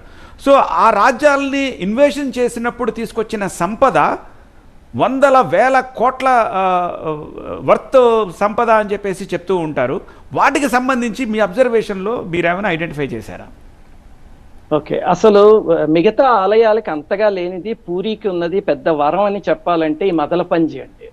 ఇది 1078 నుంచి 1150 వరకు ఒక మహారాజు పరిపాలించాడు. ఆయన పేరు అనంతవర్మ చోడగంగదేవ అని పిలుస్తారు. 1078 నుంచి ఆయనే మొట్టమొదటిసారిగా ఈ మదలపంజి అనే official Chronicle of puri temple అనేది ప్రారంభించింది ఆయనే. అసలు ఇంత గొప్పగా ఇంకే ఆలయంలోనూ ఉండదు. మిగతా ఆలయాల్లో కొన్ని శాసనాలు అవన్నీ ఉంటాయి, కొన్ని పోతాయి. వీళ్ళకి అలా కాకుండా ఈ ఆలయంలో 1078 నుంచి ప్రతి ఒక్క వివరం పూసగుచ్చినట్టుంది ఆ క్రానికల్లో. అది పూరి ఆలయానికి ఉన్న ఎసెట్. దాని తర్వాత చాలా మంది రాజులు మారినప్పుడల్లా పూరిలో ఏ మహిమ జరిగినా, ఏ విచిత్రం జరిగినా, లేకపోతే ఇలాంటి ధనానికి సంబంధించింది ఏం జరిగినా అవన్నీ తీసుకెళ్ళి ఆ క్రానికల్లో రాస్తూ ఉంటారు. ఆ క్రానికల్ని ఇప్పటికీ పూరిలో ఉన్న రీసెర్చ్ సెంటర్స్ వాళ్ళు కొంతమంది భద్రపరిచిన ఉన్నాయి, ఆలయంలో ఉంది. అది అసలు ఆలయానికి ప్రెస్టేజియస్ ఎసెట్ చెప్పాలంటే. అయితే మీరు ఇందాక అడిగినట్టు 1466 ఆ ప్రాంతంలో అక్కడ గజపతి కపిలేంద్ర దేవ అంటారు, గజపతి పురుషోత్తమ దేవుడు అంటారు. ఆ రాజుల పరిపాలనలో విపరీతంగా వచ్చింది అసలు పూరికి ధనం. అప్పుడే ఆ కంచి దండయాత్ర అని ఒకటి పూరి రికార్డ్స్లో, ఒరిస్సా రికార్డ్స్లోనే చాలా ఫేమస్, కంచి వార్ అంటారు. అందులో ఒకసారి ఆ రాజు ఓడిపోవడం, అది చాలా పెద్ద వ్యవహారం ఉంది. ఒకవేళ అది అసంగతం కాకపోతే మీకు తర్వాత చెప్తా. కానీ ఆ యుద్ధం, దాని తర్వాత చాలా జరిగిన యుద్ధాల్లోంచి తీసుకొచ్చిన సంపదని ఈ గజపతి కపిలేంద్ర దేవుడు వీళ్ళందరూ ఏనుగులు కట్టిన బళ్ళల్లో లాక్కుని వచ్చి ఆలయంలో దాచారు అని ఉంది రికార్డ్స్ లో. సో ఇప్పుడు ఈ 2nd ఛాంబర్ నేను ఇందాక చెప్పింది ఓపెన్ చేసినా సరే అందులోంచి కొంత సంపద వస్తుంది తప్ప అన్ని ఏనుగులతో అన్ని బళ్ళ మీద తెచ్చిన సంపద ఎక్కడుంది అనేది ఇప్పటిదాకా అదొక మిస్టరీయే. అలాగే మదలపంచిలో కూడా మీరు చూస్తే 34th పేజీలో అనంగ భీమదేవుడు అనే ఆయన 2,50,000 బంగారపు మాడలు ఇచ్చాడు అని ఉంది. అవి కూడా ఈ 2nd ఛాంబర్లో ఉన్నాయో, ఇన్యాక్సెసిబుల్ ఛాంబర్లో ఉన్నాయో ఇంకెవరికి తెలియదు. ఇలా చాలా రహస్యాలు ఉన్నాయి ఆలయానికి సంబంధించి. ఆ మదలపంచిలో ఇలాంటి రికార్డ్స్ ఎన్నో ఉన్నాయి. కానీ సాధ్యమైన నండూరి వారు, ఇప్పుడు ఇక్కడ ఉన్న ప్యానలిస్టులో చాలా మంది ఇప్పుడు స్థపతి వారు ఉన్నారు, లేకపోతే చరిత్రకారులు ఉన్నారు. సో వీళ్ళంటూ ఉన్న డౌట్ ఏంటంటే, వీళ్ళు వ్యక్తం చేస్తున్న డౌటు, రత్నసింహాసనాలు, వజ్ర ఖచ్చిత కిరీటాలు, లేకపోతే ఇలాంటివి, లేకపోతే ఇప్పుడు సోకాళ్ళు ల్యాక్స్లో ఉండే బంగారు మాడలు, ఇవన్నీ స్టోర్ చేసేంత పరిస్థితి ఆ టెంపుల్ కింద ఉండే ఆ రూమ్లో ఉండే అవకాశం ఉందా? బికాజ్ ఈ 2nd ఛాంబరే చాలా చిన్న స్పేస్ అని అంటున్నారు కదా. లేదండి, అది పూరిలో ఉన్న రహస్యాలు. అసలు మీకు పూరి పురాణంలో ఒక మాట ఉంది, ఉత్కళా పురాణం అని పిలుస్తారు, స్కాంద పురాణానికి అసోసియేట్ అయ్యి ఉంది. అందులో అంటారు, సర్వం రహస్యం పురుషోత్తమస్య దేవానజానంతి కుతో మనుష్య అంటారు. అంటే మన జగన్నాథ ప్రభువుకి సంబంధించి ఎన్నో రహస్యాలు ఉన్నాయి, అవి దేవతలకే తెలియవు, మనుష్యులకెంత అని పురాణంలో రాస్తున్న శ్లోకం ఇది. ఈ అండర్ గ్రౌండ్ ఛాంబర్ అంటే ఏదో ఒక చిన్న గదో ఏదో అనుకునేరు కాదు, అక్కడ చాలా విస్తారమైన వ్యవస్థ ఉంది దాని కింద. దానికి సంబంధించింది ఒకటి ఉంది, అది ఇప్పటిదాకైతే ఎక్కడ న్యూస్లో రాలేదు, బట్ నేను నా కళ్ళతో చూసినది. కానీ అది అంత విస్తృతంగా ప్రచారం అవ్వడం మంచిది కూడా కాదు సెక్యూరిటీ రీజన్స్ పట్ల. బట్ మీకు చూచాయిగా దాని గురించి చెప్తా. ఈ ఆలయానికి ఒక 400 మీటర్ల దూరంలో, 400 మీటర్స్ అంటే లెస్ దాన్ ½ కిలోమీటర్ దూరంలో ఒక చాలా ప్రసిద్ధమైన సరోవరం ఒకటి ఉంది. ఆ సరోవరం పక్కనే ఒక మఠం ఉంది. ఆ మఠంలో ఒక మహాభక్తురాలు ఒక ఆవిడ ఉండేవారు. అంటే మీకు చెప్పాలంటే మన తిరుమలలో స్వామివారికి వెంగమాంబ గారు ఎలాగో అలాంటి భక్తురాలు ఆవిడ. అయితే ఆవిడ దగ్గర ఒక సొరంగ మార్గం ఉంది ఆ మఠంలోంచి. అది ఏకంగా జగన్నాథ స్వామి యొక్క ఈ కింద ఉన్న రత్నభాండారం అలాగే గర్భాలయం దాని దగ్గరికి వచ్చేస్తుంది ఏకంగా సొరంగం. ఆ తల్లి అప్పుడప్పుడు అందులోంచి వచ్చి స్వామికి ఇది చేసుకుని వెళ్తుండేవారు, కైంకర్యం చేసుకుని. ఆవిడ్ని పాపం కొంతమంది రానిచ్చేవారు కదా ఆలయంలోకి, ఆవిడ అలా వచ్చేవారు అనమాట అక్కడి నుంచి. అయితే ఒకసారి వీళ్ళకి ఆలయం అంతా క్లోజ్ చేశాక ఏమిటి లోపల అర్చన జరుగుతున్నట్టుగా వినిపిస్తోంది అని చెప్పి చూస్తే అప్పుడు ఆవిడ కనిపిస్తే వాళ్ళు అనుకున్నది ఏమిటంటే ఆవిడ శక్తి తెలియక ఆవిడ ఎక్కడ ఆలయంలో దాక్కుని ఉండిపోయారు, లోపల ఇలా మోసం చేసి వచ్చారు అని చెప్పి ఆవిడ్ని అప్పుడున్న రాజు ఖైదు చేస్తే అప్పుడు జగన్నాథ స్వామి కల్లో కనిపించి మర్యాదగా ఆవిడని వదిలిపెట్టు, లేకపోతే పరిణామాలు తీవ్రంగా ఉంటాయి అని చెప్పారు. జగన్నాథ ప్రభువుకి భక్తులంటే మహాప్రీతి, అసలు ఆయనతో ఒకసారి కనెక్ట్ అవ్వాలే కానీ ఆయన వదలడం మనం వదులుకోలేము, అలాంటి దేవుడు ఆయన. అప్పుడు ఆవిడని విడిచిపెట్టారు. ఇంతకీ ఆవిడ మఠంలో 2 సొరంగాలు ఉన్నాయి, ఒకటేమో సముద్రం వైపుకి, ఒకటి పూరి ఆలయం వైపుకి. ఆ పూరి ఆలయం వైపుకున్న సొరంగం ఆ మధ్య బయటపడింది, దాన్ని నేను చూసొచ్చాను ఆ సొరంగాన్ని. అది కూడా ఇప్పుడు మనం చెప్తున్న కింద నెట్వర్క్ కి సంబంధించింది. ఒకసారి మీరు ఆలోచించండి, 400 మీటర్ల దూరం, 350 to 400 మీటర్స్ గూగుల్ మ్యాప్ ప్రకారం. అయితే మనం నడిచి వెళ్ళాలంటే రోడ్డు మించి 1 కిలోమీటర్ ఉంటుంది, కానీ గూగుల్ మ్యాప్ ప్రకారం అడ్డం పడి వెళ్ళిపోతే 350 మీటర్స్ ఉంటుంది ఆ సొరంగానికి ఈ ఆలయానికి.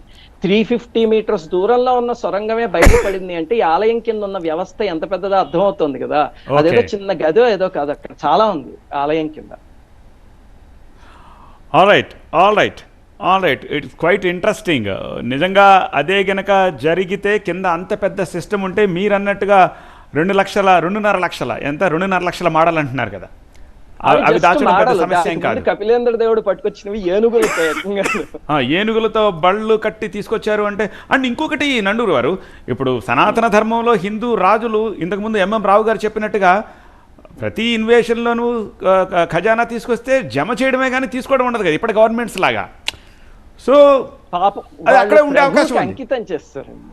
మీరు ఇక్కడ చూసిన అనంత పద్మనాభ స్వామి ఆలయంలో చూసిన, ఇంకా మన ఆంధ్రదేశంలోనే ఒక ప్రఖ్యాతమైన నిధి ఉంది, ఇప్పుడు అదెందుకు కానీ అవి ఎక్కడ చూసినా సరే వాళ్ళు పాపం ఎప్పుడు భగవంతుడికి అంకితం చేసేసి వాళ్ళు అక్కడ భగవంతుడి దగ్గర బంటుల్లా ఉన్నారు తప్ప వాళ్ళు ఎప్పుడు దేవుడి కన్నా ఎక్కువ అని ఆధిపత్యం ప్రదర్శిద్దాం అనేది లేదు. ఆ మహానుభావులందరికీ నమస్కారం చేయాలి.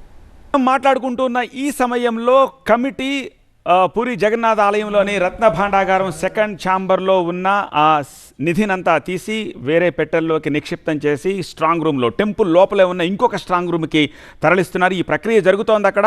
అండ్ ఈ సమయంలో టెంపుల్ లోపలికి ఎవరిని అనుమతించట్లేదు, టెంపుల్ అంతా కూడా ఖాళీగా ఉంది.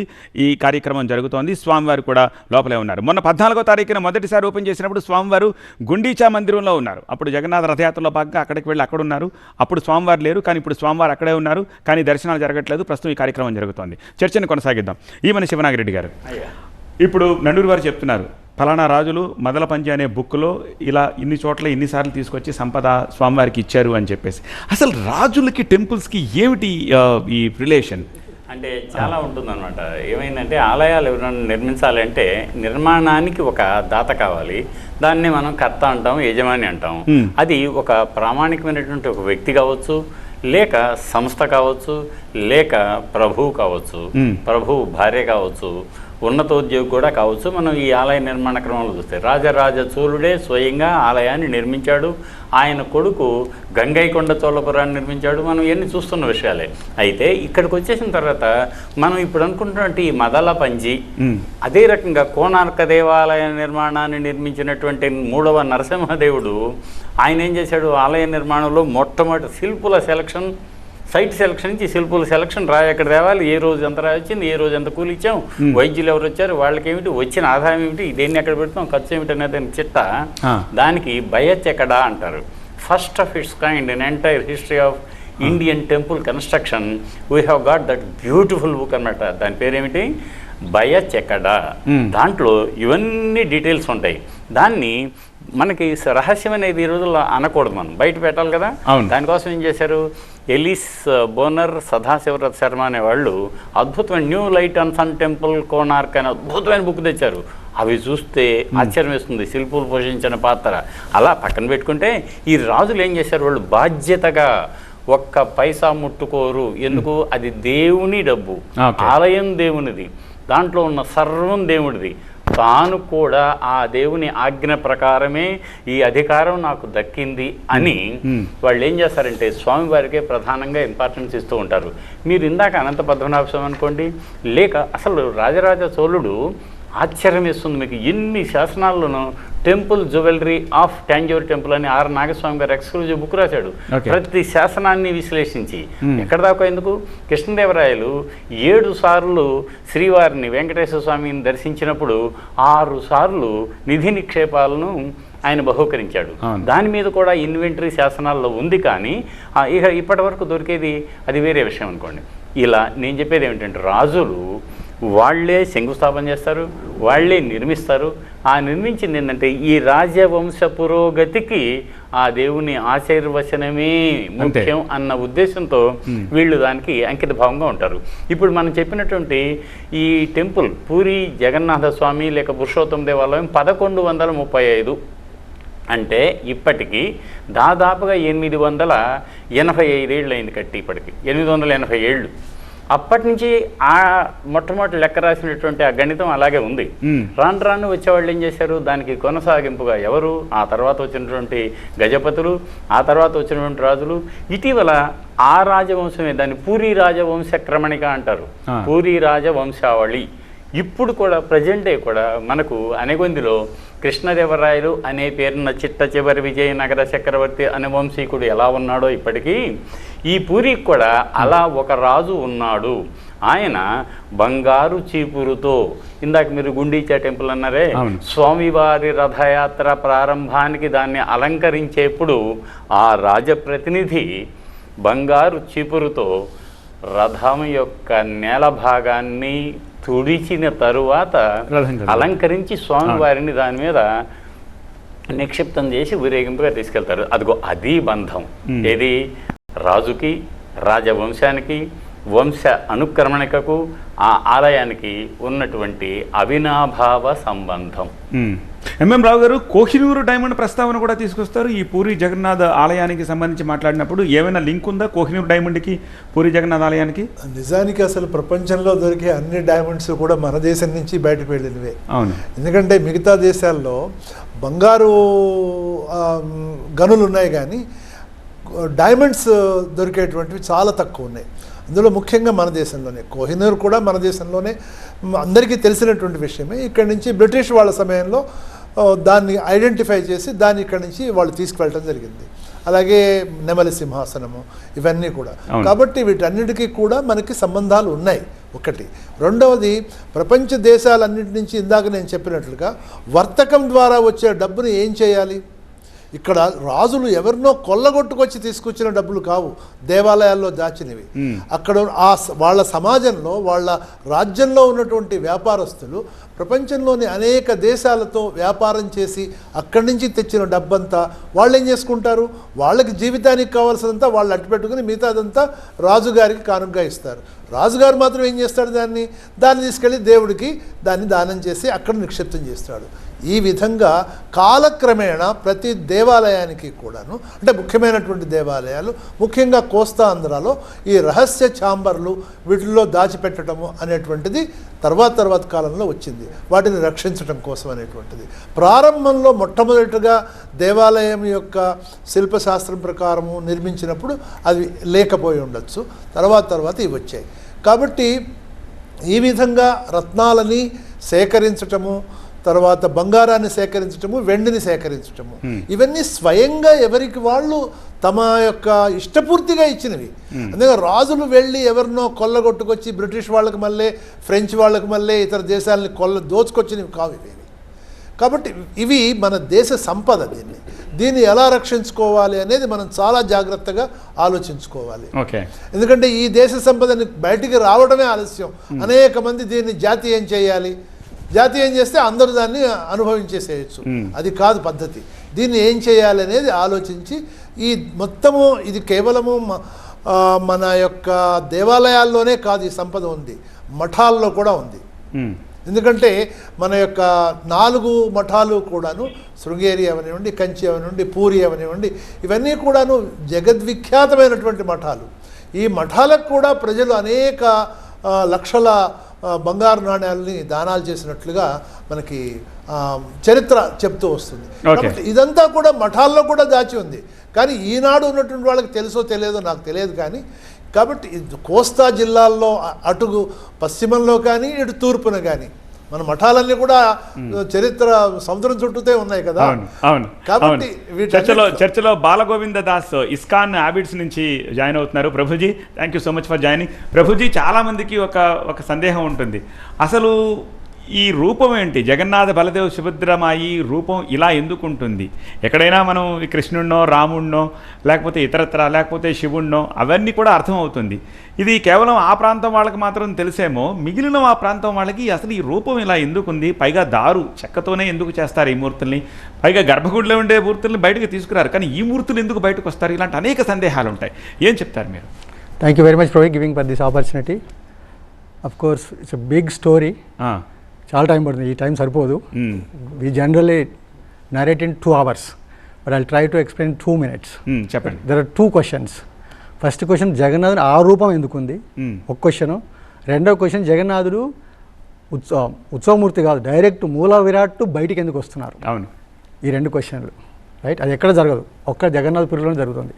ఫస్ట్ భగవంతుడికి ఆ రూపం ఎందుకు ఉంది అంటే, ఐ డోంట్ నో, నేను అంటే చాలా పెద్ద స్టోరీ అది. రైట్, ఇట్ హ్యాపెండ్ ఇన్ ఎప్పుడు ద్వాపరయుగంలో శ్రీకృష్ణుడు ద్వారకలో ఉన్నప్పుడు జరిగినటువంటి ఒక లీల అది. ఓకే, లీల ఏంటంటే, రోహిణి ఎవరు, కృష్ణుని యొక్క పెద్ద తల్లి, బలరాముని యొక్క తల్లి, ఆమె ఏం చేస్తుందంటే, కృష్ణుని యొక్క బాల్య లీలల్ని ద్వారకా రాణులు 16,108 మంది ఉంటారు, వాళ్ళు అడుగుతారనమాట, అమ్మ ఎప్పుడు కృష్ణుడు కలలో నిద్రలో గోపీలను కలవరిస్తుంటాడు, ఏంటి అసలు ఏం జరిగింది బృందావనంలో బాల్యలీలలో అంటే, ఆమె చాలా పెద్దది, it takes lot of time, దానికి ఒక సెటప్ కావాలి అని చెప్పి ఆమె సెటప్ చేస్తుంది. ఏంటి, కృష్ణుడు బలరాములు ఇంట్లో లేనప్పుడు కూర్చోబెట్టి అందరినీ 16,000 మందిని కూర్చోబెట్టి చెప్తుంటుంది అనమాట. ఆ ద్వారం దగ్గర వాళ్ళ చెల్లెలు సుభద్ర ఆమెను ద్వారపాలకులుగా పెట్టేస్తుంది. ద్వారానికి ఇలా పెట్టేసి ఆమె ఎవరు కృష్ణుడు బలరాము రాకుండా చూస్తుంది అనమాట. అప్పుడు ఆమె ఎక్స్ప్లెయిన్ చేస్తూ ఉంటుంది. ఆమె ఎక్స్ప్లెయిన్ చేస్తున్నప్పుడు ఆ లీలలో వాళ్ళు మునిగిపోతారు. కృష్ణ యొక్క బాల్యలీలలు వింటూ వింటూ వింటూ they are completely immersed. Okay, so Bhagavatam 10th canto. Okay, yes, వింటూ వాళ్ళు ఇమ్మర్స్ అయిపోతారు. అటువంటి సమయంలో కృష్ణ తెలియకుండా ఏమైనా ఉంటుందా? కృష్ణ బలరాములు వస్తారు, వచ్చి వాళ్ళు కూడా పక్కన కూర్చొని వింటుంటారు. ఓకే, సుభద్ర ఎందుకుంది అక్కడ? కాపలా రాగానే చెప్పాలి. ఆమె కూడా ఇమ్మర్స్ అయిపోయింది. So everybody Krishna Balaram and Subhadra ముగ్గురు కూడా ఇమ్మర్స్ అయిపోయి ఆ బాల్యలీలలు వింటున్నారు వాళ్ళ లీలని. ఎప్పుడైనా మనం ఆనందంగా ఉన్నప్పుడు ఏమైందంటే మన కళ్ళు పెద్దగా అయితే చూసారు, అవునా? అవును, లిమ్స్ కుంచుకుపోతాయి. అవును. So exactly that's what happened అనమాట. ఆ టైంలో కృష్ణ బలరాములు ఇలాగ చూసిపోయారు అనమాట. ఆ ఫామ్ అప్పుడు నారదముని వస్తారు, takes a picture. Okay, what a beautiful form. So this form ఇది జనాలకు చూపించాలి. ఇది నేను మాత్రమే చూశాను, ఇది జనాలందరికీ రావాలి. అప్పుడు స్వామి చెప్తారు, ఎస్ నేను రాబోతున్నాను భూలోకంలో, అప్పుడు నా ఫాము అందరికీ వస్తుంది. దానికి పెద్ద అరేంజ్మెంట్ ఉంది. అది ఏ విధంగా వచ్చి అది ఒకటి. రెండవ క్వశ్చన్ అడిగారు, ఎందుకు భగవంతుడు బయటకు వస్తాడు? యాక్చువల్గా స్కందపురాణంలో ఉంటుంది ఇది. భగవంతుడు బయటికి రావడానికి కారణం ఏంటంటే బ్రహ్మ అడుగుతాడు, నేను సృష్టి చేస్తున్నాను, ఈ సృష్టిలో people are not happy, they are suffering from జన్మ మృత్యు జర వ్యాధి, ఈ 4 సఫర్ అవుతున్నారు, నేను సృష్టి చేయను అంటాడు ఆయన. నాకు ఒక మార్గం కావాలి అంటే అప్పుడు సరే నువ్వు అంత కంపాషన్ అడిగితే నేను ఏం చేస్తానంటే నేను దర్శనం ఇవ్వబోతున్నాను భూలోకంలో. ఎవరైతే నా దర్శనం నా రూపాన్ని దర్శనం చేసుకుంటారో దర్శన మాత్రాన్నే వాళ్ళు పాపాలన్నీ పరిహారం చేసుకొని నా దగ్గరికి వచ్చేస్తారు, వైకుంఠం వచ్చేస్తారు అని చెప్తారనమాట. Okay, right. So merciful, so merciful. Okay, the most merciful form అంటే జగన్నాథ్. ఎస్. సో నెక్స్ట్ ఏమైంది, స్వామి వచ్చాడు, గుళ్ళో ఉన్నాడు, రైట్, అవతారం జరిగింది. కానీ ఎవరు వెళ్తున్నారు గుడికి? ఎవరైనా వెళ్తున్నారు ఇవాళ? జగన్నాథ్ పురి వెళ్ళాలి కదా, నాట్ ఏ జోక్. సో అందుకని ఎవరు వెళ్ళట్లేదు. అందుకని భగవంతుడు ఏం చేశాడు, వాళ్ళు రాకపోతే నేనే వెళ్తాను బయటికి. So how compassionate he came out. సరే, ఇది ఒక లెవెలా? అలా బయటకు వచ్చినా కూడా వెళ్ళట్లేదు చాలా మంది. ఎంతమంది ఇక్కడ వాళ్ళు ఎంతమంది జగన్నాథ్పురి వెళ్ళారు? వెళ్ళా. అందుకని ఏం చేశాడు, ఇంకొక భక్తుని ద్వారా జగన్నాథ స్వామి భూమి మీద అవతరించింది ఇంద్రదుమ్న మహారాజు కోరిక వరకు భగవంతుడు బయటకు వచ్చాడు. ఇంకొక మహాభక్తుడు ఎవరు? శ్రీల ప్రభుపాదుల వారు, ఏసీ భక్తివేదాంత స్వామి శ్రీల ప్రభుపాదుల వారి పుణ్యం అని ఇవాళ ప్రపంచమంతా. ఇంతకుముందు సంవత్సరంలో ఆషాఢ శుక్ల ద్వాదశి రోజు మాత్రమే జగన్నాథుడు బయటకు వచ్చేవాడు. ఇవాళ ప్రభుపాదుల వారి పుణ్యం అని ప్రపంచం మొత్తం మీద సంవత్సరం పొడుగున ఎక్కడో చోట రథయాత్ర జరుగుతూనే ఉంటుంది. ఎన్ని థౌజండ్స్ ఆఫ్ రథయాత్రాస్ ఆన్ ద రోడ్స్. ఇంకా కొంచెం ముందుకెళ్తే ఇవాళ ఇస్కాన్ ఏం చేస్తుందంటే, especially in Hyderabad, we're taking nowadays people of built gated communities. అవును, they locked the gates, nobody should enter. అవునా? సో మేమేం చేస్తున్నాం, గేటెడ్ కమ్యూనిటీలోకి వెళ్ళిపోయాం ఇవాళ. Okay, so many especially around 30-45 gated కమ్యూనిటీస్లో మేము రథయాత్ర చేసాం. Still people are so unfortunate there, they are locked their rooms and sitting and inside. Still we are calling, giving Hare Krishna మంత్రం జపం చేస్తున్నాం. వాళ్ళ చెవులు తూట్లు పడేలాగా భగవంతుని యొక్క కంపాషన్ మేము షేర్ చేస్తున్నాం. Okay, so that is the reason why Jagannath will come out. Okay, ఇక్కడ ఈ సందర్భంగా నేను 2 వివరణలు ఇద్దాం అనుకుంటున్నాను. చెప్పండి. ఒకటి, ఇంతకుముందు మీరు స్వామీజీని అడిగారు ఆ విగ్రహం గురించి. విగ్రహానికి ఏమవుతుందంటే ప్రతిమా లక్షణం ఉంటుంది, ప్రతిదానికి కూడా ప్రతిమా లక్షణం అంటే ఒక్కొక్క ఆకారం ఎలా ఉండాలి ఏమిటి అనేది మనందరికి తెలిసిందేది. మీకు దాంతోపాటు అక్కడ ఉన్నటువంటి ప్రస్తుతం ఉన్నటువంటి అది కూడా తరతరాలుగా మారుతూ కొత్తది పాతదాన్ని తీస్తూ మళ్ళీ కొత్తదాన్ని పెడుతూ ఉంటారు. అది సంప్రదాయమే, అది అంగీకరించిన సంప్రదాయం. దాని ప్రకారంగా ఆ వుడెన్ అంటే దారు శిల్పం ఏదైతే ఉందో దానికి ముఖం, అయితే బయట మనం చూస్తున్నటువంటి విష్ణుమూర్తికి ఉండవలసినటువంటి ఆ ప్రతిమా లక్షణం ఇక్కడ మనకు కనిపించదు, శంకు చక్రాలు కనిపించవు. అది ఒక విలక్షణమైనటువంటిది స్వామీజీ చెప్పినట్టుగా. ఇది కేవలం ఒక ట్రైబల్ సంప్రదాయాన్ని వాళ్ళు ఇంకా కొనసాగిస్తున్నారు. ఆనాటి రాజైనటువంటి అనంత చోడవర్మ గాంగుడు, అది 1135 నాటికి, అంతకు ముందు 150 ఏళ్ళ నుంచి ఆ సంప్రదాయం ఉంది, లేకుండా పోలేదు. ఇక నమ్మకం అనేదేమో పురాణాల్లోనూ వీటిలో ఉంటుంది. అది ఎక్కడి నుంచో ఉన్న ఒక నమ్మకం రూపం తీసుకుంటుంది. దీంట్లో కాళ్ళు కానీ చేతులు కానీ ఉండవు. అది ఆ విగ్రహం యొక్క ప్రత్యేకత అన్నమాట. అది ఒకటి. 2, ఈయన మీరు ఇందాక కోహినూరు వజ్రం గురించి అడిగారు. పూరి జగన్నాథాలయానికి కానీ కోహినూరు వజ్రానికి సంబంధం లేదు. కోహినూరు వజ్రం చేజారిన తెలుగు వెలుగు కోహినూరు అని నేను ఒక వ్యాసం రాసే గతంలో, అంటే రీసెర్చ్ చేసి ఏమైంది, అది ఎక్కడ దొరికింది, గుంటూరు జిల్లాలో ప్రస్తుతం మీకు పులిచింతల ప్రాజెక్టు అనే కుడివైపున కోళ్ళూరు అని ఊరు ఉంటుంది, నాట్ కొల్లూరు, కోళ్ళూరు. ఆ కోళ్ళూరులో ఇప్పటికీ అనునిత్యం 200 మంది ఎరుతూనే ఉంటారు, దొరికితే కూడా విపరీతంగా. అయితే అది అక్కడ దొరికిన వజ్రం గోల్కొండ కుతుబ్ షాహీ నవాబుల చేతికి వస్తుంది. కుతుబ్ షాహీ నవాబులో మీర్ జుమ్లా అని ఒక ఆయన ఉంటాడనమాట.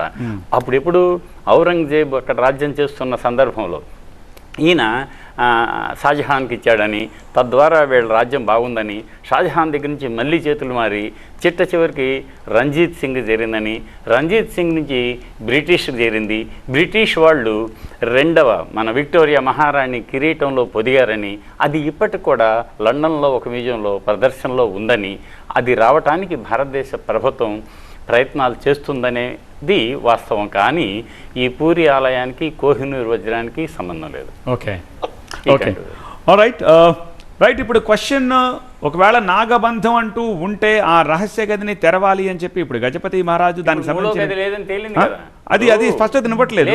లేదు dead end, they have gone up to the wall, తీసుకొని బయటకు వస్తున్నారు. ఇంకా లేదు కదా, వెనక గోడ ఉంటుంది కదండి, ఒక గది, గదిలో వెనక గది ఉంటుంది కదా, అది కూడా రాతితో నిర్మించింది, శిలా నిర్మితం కాబట్టి ఇక ఇప్పుడు మీరు చూస్తున్నారు బయటకు మనకు కనిపిస్తుంది భాండారం, మనం మార్క్ పెట్టి చూపిస్తున్నాం, అది బయట అవుటర్, మనం బయట గోడ అంటాం మనం. వీళ్ళు లోపల నుంచి ప్రవేశించారు, 1, 2 గదులు, గర్భాలయం, అర్ధమండపం, అలాంటి కట్టడమే ఈ రత్న భాండారం. వాటిల్లో మొదటి గది, రెండవ గది, ఇక మూడో దాన్ని ఉండటానికి ఆస్కారం లేదు. బట్ మొన్న ఎందుకు కమిటీ కూడా దాని గురించి చెప్పింది అని చెప్పేసి గతంలో ఉన్నటువంటి ఒక నమ్మకం అనుకోండి, వినికిడి జ్ఞానం అనుకోండి, గతంలో ఎవరైనా పెద్దలు అలా చెప్పి కూడా ఉండొచ్చు. అది ఓకే. ఏమైనా పాయింట్ ఉందా? ఈ దేవాలయ నిర్మాణాలు ఇవన్నీ కూడాను మన దేశంలో అసలు స్థపతులు ఎక్కడి నుంచి ప్రారంభించారు అంటే మయ అనేటువంటి స్థపతి, మయుడు, విశ్వకర్మ, వీళ్ళిద్దరూ కూడా దేవతలకి రాక్షసులకి ఒకానొక సందర్భంలో వీళ్ళు స్థపతులుగా ఉండేవారు. విశ్వకర్మ దేవతలకి, మయుడేమో రాక్షసులకి. ఆ మయ వంశస్థులందరూ కూడా ఇప్పుడు ఉన్నటువంటి మెక్సికోలో మాయన్ కల్చర్ అంటారు. అక్కడి నుంచి వాళ్ళందరూ వచ్చి ఇక్కడ 5000 సంవత్సరాల క్రితం మయసభ నిర్మాణం జరిగింది. ఈ మయసభలో అసలు ద్వారం ఉందా లేదా, లేనట్టుగా ఉంటుంది కానీ అక్కడ ఉంటుంది, కింద నీళ్లు ఉన్నట్టుగా ఉంటాయి కానీ నీళ్లు ఉండవు. ఇవన్నీ కూడా నిజమా కాదా? సో రహస్య గదికి సంబంధించి ఇంకా కాబట్టి రహస్యం కాబట్టి నాగిరెడ్డి గారు అన్నట్టు అక్కడ ఏమి లేదు అని మనం అందరం అనుకుంటూ ఉంటాం, కానీ అక్కడ ఉంటుంది. సో కొట్టిపారేయడానికి కూడా లేదంటే కొట్టిపారేయడానికి లేదు. వేలు స్థపతి గారు చెప్పాలి దీనికి సంబంధించి, బికాస్ స్థపతి కాబట్టి ఆయన టెంపుల్ నిర్మాణానికి గురించి. సార్ ఇప్పుడు మనం ఇందాక మన నాగిరెడ్డి గారు చెప్పినట్టు శాస్త్ర ప్రమాణంలో వచ్చినప్పుడు, ఆలయ దేవాలయం విధి విధానం ప్రకారంగా, ఆగమ విధి ప్రకారంగా చెప్పినప్పుడు, గర్భగుడి, అర్ధమండపం, మహామండపం చెప్పుకుంటా పడినప్పుడు ఇందులో ప్రతిదానికి కూడా అలంకార మండపము, నాట్య మండపం, ఈ విధంగా ప్రతిదీ పరివారాలు చెప్పుకుంటూ పోతాడు అందులో. అయినప్పటికీ ఈ నిధికి సంబంధించినటువంటి ఈ రహస్యము అన్న విషయం మాత్రం ఎక్కడా చెప్పబడలేదు. ఎందుకంటే రహస్యం అని చెప్పుకుంటే ఎందుకు అట్లా మనం చెప్తే రహస్యం అవుతుంది కదా, మన రహస్యం ఎందుకు చెప్తున్నాం అంటే మనకు తెలియదు కాబట్టి, అంతుపట్టని విషయం ఉంది కాబట్టి, అంతుపట్టదు కాబట్టి దీని రహస్యం. ఓకే. పూరి జగన్నాథ ఆలయంలో ఎన్నో రహస్యాలున్నాయి. ఈ రహస్యాలకు సంబంధించి మనం చర్చిస్తున్నాము. జగన్నాథ ఆలయ గోపురం కూడా ఒక రహస్యమే. ఎందుకంటే జగన్నాథ ఆలయ గోపుర నీడ భూమిపై పడదు, అది ఎటు నుంచి చూసినా సరే సుదర్శన చక్రం మన వైపే చూస్తున్నట్టుగా కనిపిస్తోంది. ఇదొక విశేషము. సో అలానే ఆలయంలో ఉన్నంతసేపు కూడా సముద్ర ఘోష అనేది మనకి వినిపించదు, కానీ అడుగు బయట పెట్టగానే సముద్ర ఘోష అక్కడ మనకి వినిపిస్తూ ఉంటుంది. అది కూడా ఒక విశేషం. జగన్నాథ ఆలయంపై ఏ పక్షి కూడా ఎగరదు, ఆలయం పైనుంచి, ఎగ్జాక్ట్గా ఆలయం మీద నుంచి ఏ పక్షి ఎగరదు, ఇదొక విశేషంగా చెప్తారు. అలాగే ఆలయం పైనున్న ధ్వజం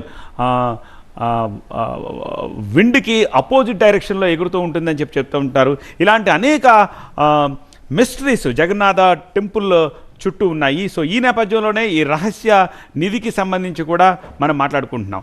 నండూరి వారు, ఏంటి కొంతమంది అంటున్నారు ఈ రహస్య అనే మాట మేబీ వర్తించకపోవచ్చు, రహస్య నిధి అంటూ, లేకపోతే ఈ సొరంగాలంటూ వర్తించకపోవచ్చు అని చెప్పేసి చెప్తూ ఉన్నారు. కానీ ఇందాక వేలు స్థపతి గారు అన్నట్టుగా మనకి తెలియందే కదా రహస్యం అని చెప్పేసి. సో మీరేమనుకుంటున్నారు దానికి సంబంధించి? అయ్యా, ఈ రహస్యం సొరంగం గురించి చెప్పే ముందు నేను ఈరోజు మీ TV9 ముఖంగా ఒక ముఖ్యమైన విషయం చెప్తా. చెప్పండి. ఎందుకంటే మీరు కూడా ఇవి చెప్పడం నాకు ఇబ్బందిగా అనిపించింది. కానీ మొట్టమొదటి ఇందాక మీరు చెప్పిన పూరి ఆలయ రహస్యాలు అని ఉన్నాయి కదా, అవి వాట్సాప్ లో చక్కెర్లు కొట్టే 11 మిత్స్. ఓకే, 11 ఉన్నాయి. ఆ 11లో 7 అబద్ధాలు పూర్తిగాను, 3 పార్షియల్లీ ట్రూ, 1 మాత్రమే నిజమైంది. ఓకే, ఇందాక మీరు చెప్పినట్టు గోపురం నీడ కనిపించదు అనేది అబద్ధం, నీడ కనిపిస్తుంది, అది నేను గమనించాను. అదే. అలాగే ఎటువైపు నుంచి చూసినా మన వైపు చూసే చక్రం అది అబద్ధం. ఆ అది చక్రం కూడా అలా ఓకే. కనిపించింది. ఆలయంపై ఎగరని పక్షులు నేనే వీడియోలో రికార్డ్ చేశాను, నేను మా ఫోటోగ్రాఫరు. ఆలయం పైన హాయిగా ఎగురుతున్నాయి పక్షులు. సో ఇవన్నీ ప్రచారంలో ఉన్నవి అంటారు. ఇవన్నీ ప్రచారంలో ఉన్న అబద్ధాలు. ఓకే. ఓకే, అందుకని అవి యూట్యూబ్ లో కూడా విపరీతంగా ప్రచారం అయిపోయి, అలాగే కొన్ని న్యూస్ పేపర్లో కూడా ఉన్నాయి. మేము దాదాపు ఒక 13 రోజులు అక్కడ ఉండి రీసెర్చ్ చేశాక వీటన్నిటికీ సంబంధించిన వీడియో ప్రూఫ్లు అన్నీ తీసుకున్నాం. గుడ్. ఇందులో ఏవి నిజం ఏవి అబద్ధం అనేది. కాకపోతే మీరు ఇందాక చెప్పారు ఆలయంలో సింహద్వారం దాటగానే అలల చప్పుడు వినిపించదు అని. అది పచ్చి నిజం. దానికి సౌండ్ ప్రూఫింగ్ టెక్నాలజీతో గోడలు కట్టారు. అసలు ఆ గోడలు చూస్తేనే మనకి తెలుస్తుంది సౌండ్ ప్రూఫింగ్ ఇంజనీర్ ఎలా కడతాడో అలా కట్టారండి. అందుకని అలాగే ఆలయ జెండాకి సంబంధించి కొంత నిజం ఉంది, కొంత అబద్ధం ఉంది. అది మీకు ఎప్పుడైనా నేను వివరంగా చెప్తా. కానీ సరే, ఇందులో మాత్రం చాలా వరకు పుకార్లు, అందుకని అవి నమ్మకండి. నెక్స్ట్ టీవీ ముఖంగా వాటిని ప్రచారం చేయకండి. ఓకే, అదే ఇలా అంటున్నారు అలా అంటున్నారు అన్నదే మేము చెప్పాం. ఓ రకంగా మీరు ఆ క్లారిఫికేషన్ ఇవ్వడం ఇక్కడ మంచిది అయ్యింది. అవన్నీ నేను రీసెర్చ్ చేశాను. అందులో 7 పూర్తి అబద్ధాలు, అవి నిజం కాదు. ఓకే. అలాగనే ఆలయంలో ప్రసాదం సువాసన రాదు, స్వామికి నైవేద్యం పెట్టాకనే వస్తుంది, ఇలాంటివి చెప్తుంటారు. అవన్నీ కూడా మొత్తం కల్పితాలే. ఓకే. సో అలా చెప్తే బాగుంటాయి కాబట్టి ఎక్కువ చెప్తూ ఉంటారు. అది వినడానికి చాలా ఇంట్రెస్టింగ్ ఉంటుంది. నేను వాటి కోసమే 13 రోజులు రీసెర్చ్ ఒకసారి వాటి మీదే చేస్తే అప్పుడు నిజానిజాలన్నీ తెలిసి. Okay, good. Coming to the point Nenduru గారు, మరి ఇప్పుడు ఏంటి ఈ రహస్య నిధికి సంబంధించి లేకపోతే సొరంగ మార్గం గురించి, ఆ 3rd ఛాంబర్కి సంబంధించి ఈవెన్ అక్కడ రాజు కూడా లోపలికి వెళ్ళొచ్చారు, ఆయన కూడా దాని గురించి ఏం ప్రస్తావించలేదు. అది ఉన్నట్టా లేనట్టా అనే ఒక మీమాంస ఇప్పుడు చాలా మంది కలుగుతూ ఉంటుంది.